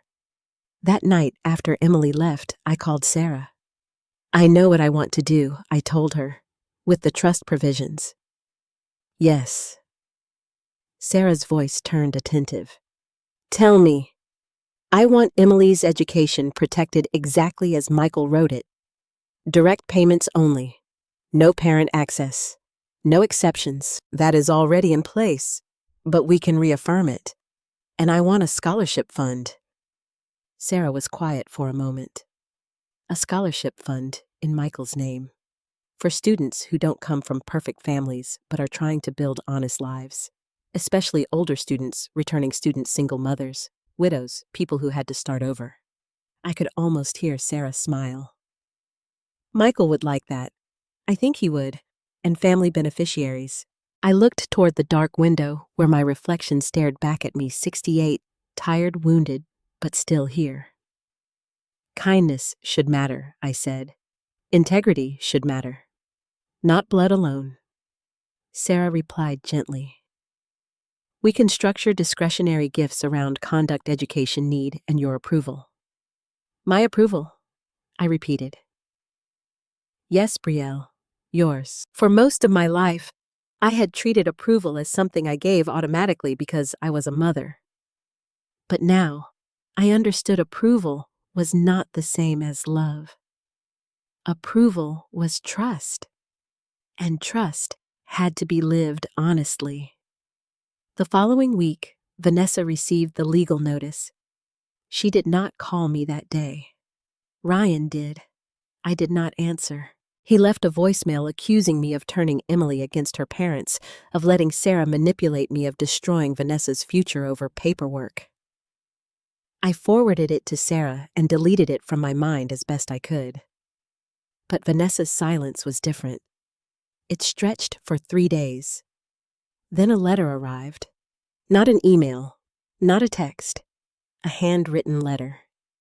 The envelope had Vanessa's handwriting, the same looping V she had made since high school. I sat at the kitchen table for 10 minutes before opening it. Mom, I don't know how to apologize without sounding like I'm trying to escape consequences. I did humiliate you. I did let Ryan push me. I did tell myself it was care because admitting it was greed made me feel like a monster. I am not asking you to fix this. I don't know if I deserve anything from you, but I need you to know that when Dad died, I felt like everything was slipping away. And instead of grieving honestly, I tried to control what was left. I stopped reading for a moment. Tears blurred the page, but I forced myself to continue. I was wrong, not confused, not stressed. Wrong. That sentence made me close my eyes, not because it healed everything, because it was the first sentence that sounded like truth without decoration. The letter ended with, I don't expect you to trust me. I just hope one day I can become someone you could trust again. I folded the letter and placed it beside Michael's. 2 letters. One from the husband who protected me before the storm. One from the daughter who had helped cause it and was finally looking at the wreckage without pretending it was rain. I did not call Vanessa. Not yet. Healing rushed is often just denial wearing nicer clothes. But that night, I slept for 6 full hours. The next morning, sunlight came through the maple trees and fell across Michael's empty chair. For the first time in a long time, I made 2 cups of coffee by mistake. Then I smiled through tears, took 1 cup to the window, and whispered, We're building, Michael. Not poison. Building. The review took 6 weeks. 6 weeks of phone calls I did not answer. 6 weeks of letters passing through Sarah's office. 6 weeks of waking up in the morning and remembering before my feet touched the floor that my family had changed shape forever. Ryan hired an attorney first. Vanessa did not. That told me more than either of them realized. Ryan's attorney sent letters full of hard language, misunderstanding, overreach, undue influence by third parties, emotional vulnerability, family dispute. Sarah answered each one with documents. The bank forms, the address redirection request, the trustee inquiry, the loan drafts Emily had found, the voicemails, the notes from Daniel Brooks, the security record from the bank lobby. Paper by paper, the story Ryan had tried to build around me collapsed. Vanessa's first official statement came 3 weeks later. She admitted she had brought me to the bank to gain access. She admitted she had described me as forgetful without medical proof. She admitted Ryan had prepared more documents than she understood. But she also admitted something that hurt worse because it sounded true. She wrote, I wanted control because I was afraid. Then I got used to calling control love. I sat with that sentence for a long time. It did not excuse her, but it explained the road she had walked. Fear had opened the door. Greed had moved in. Pride had locked it behind them. Sarah told me the Trust Review Board had enough evidence to suspend Vanessa's beneficiary rights indefinitely. Ryan, though not a beneficiary, was barred from receiving trust information access or indirect benefit through Vanessa. Any attempt to contact me about money, property, banking, or legal affairs would be treated as harassment. Do you want to pursue criminal charges? Sarah asked me one afternoon. We were sitting in Michael's office where the folders had finally been restored to order. I looked at the framed photograph of Michael and me at Lake Erie. What happens if I do? There could be investigations into attempted financial exploitation, identity misuse, possibly fraud depending on what the lender records show. And if I don't, the trust protections remain. Civil consequences remain. The bank records remain. But criminal proceedings may not move forward unless institutions report independently. I folded my hands. There was a time when I would have chosen whatever spared Vanessa the most pain. Not because she deserved it, but because I could not bear to watch my child suffer.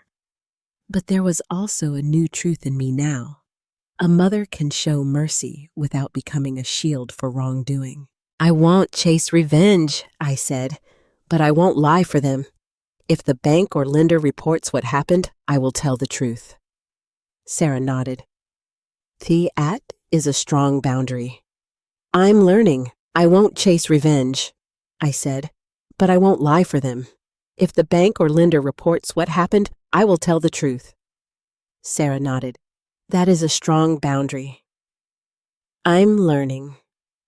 No, she said softly. You're remembering. Vanessa and Ryan separated before summer. Emily told me first carefully, as if the news might break me. Mom moved into an apartment, she said. Dad says she betrayed him. I almost smiled at the bitter irony. Does she say the same? Emily shook her head. No, she says she betrayed herself first. Vanessa did not ask to come over. Not immediately. She wrote letters instead. Real letters. Some were messy, some were defensive. Some made me angry enough to put them in a drawer for days, but slowly the excuses thinned. The truth grew clearer. I did not forgive her all at once. Forgiveness, I discovered, is not a door you fling open because someone finally knocks politely. Sometimes it is a window you unlock an inch at a time while still keeping the screen in place. The first time I agreed to see her, we met in a public garden near downtown Columbus. Not my house. Not yet. She looked thinner. No polished coat. No sharp perfume. No folder in her hand. Just Vanessa, sitting on a bench with red eyes and trembling fingers. Hi, Mom, she said. Hello, Vanessa. That formality hurt both of us, but it was honest. She cried before I sat down. I don't know how to be in front of you, she said. Start by not performing. She nodded, wiping her face. I'm sorry. I know. No, I know what you mean. But sorry is a beginning, not a repair. She looked down. What do I do? You lived differently long enough for people to believe it. She absorbed that like a sentence handed down by a judge. Maybe it was. I lost Dad's trust, she whispered. Yes, and yours. Yes.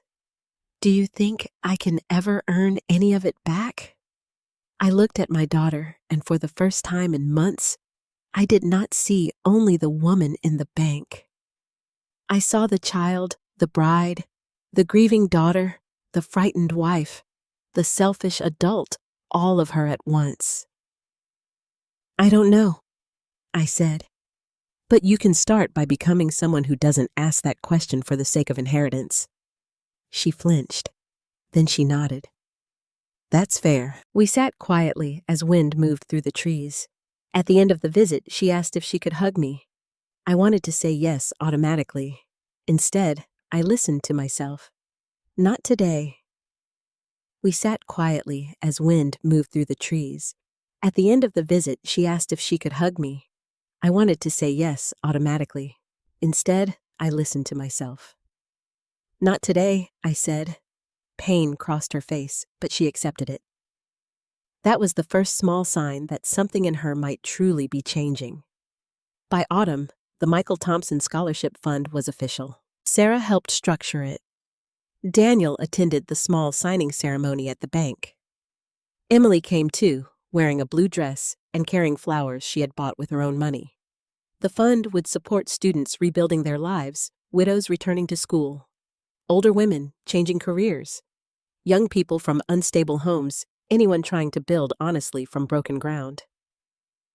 When I signed the final document, my hand did not shake. Brielle Thompson. Not confused, not helpless, not a burden. A woman still standing in her own life. Emily hugged me afterward. Grandpa would be proud. I hope so. He would, Daniel said. I smiled at him. Thank you for keeping your promise. Daniel shook his head. Michael made the plan. You made the choice. That evening, I returned home alone. The maple trees outside my house had turned gold again. Leaves covered the sidewalk just like they had every October for decades. I made coffee, sat by the window, and watched the sun lower behind the branches. Vanessa was not restored to the trust. Not then. Maybe not ever. Ryan faced his own consequences through debt, legal fees, and the collapse of the image he had worked so hard to polish. I did not celebrate it. I did not need to. Consequences do not require applause to be real. Vanessa continued counseling. She worked, paid her own rent, and slowly began rebuilding a relationship with Emily that did not depend on control.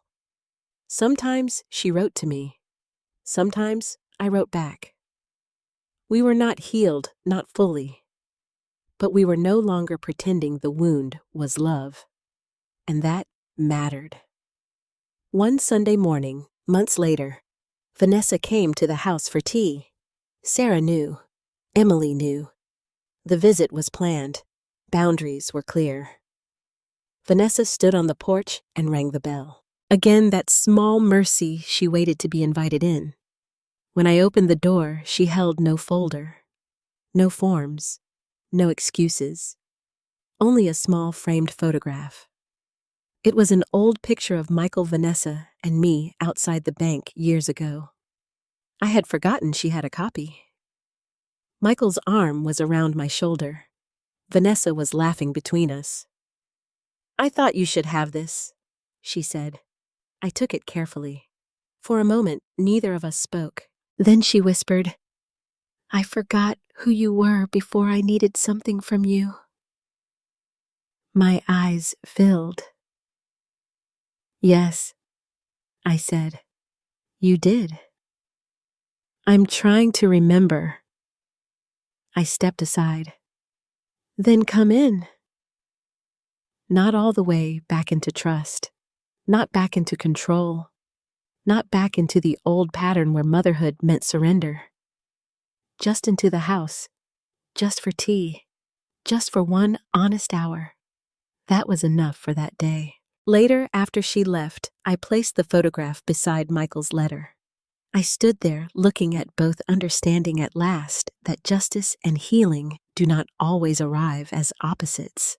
Sometimes justice clears the room so healing has somewhere safe to sit. The secret Daniel revealed at the bank was never just about money. It was about Michael's love. It was about Vanessa's betrayal. It was about Ryan's greed. But most of all, it was about the truth I had forgotten in all my years of being wife, mother, grandmother, caretaker, and widow. I was still Brielle Thompson. And no one, not even my own child, had the right to humiliate me into handing over my life.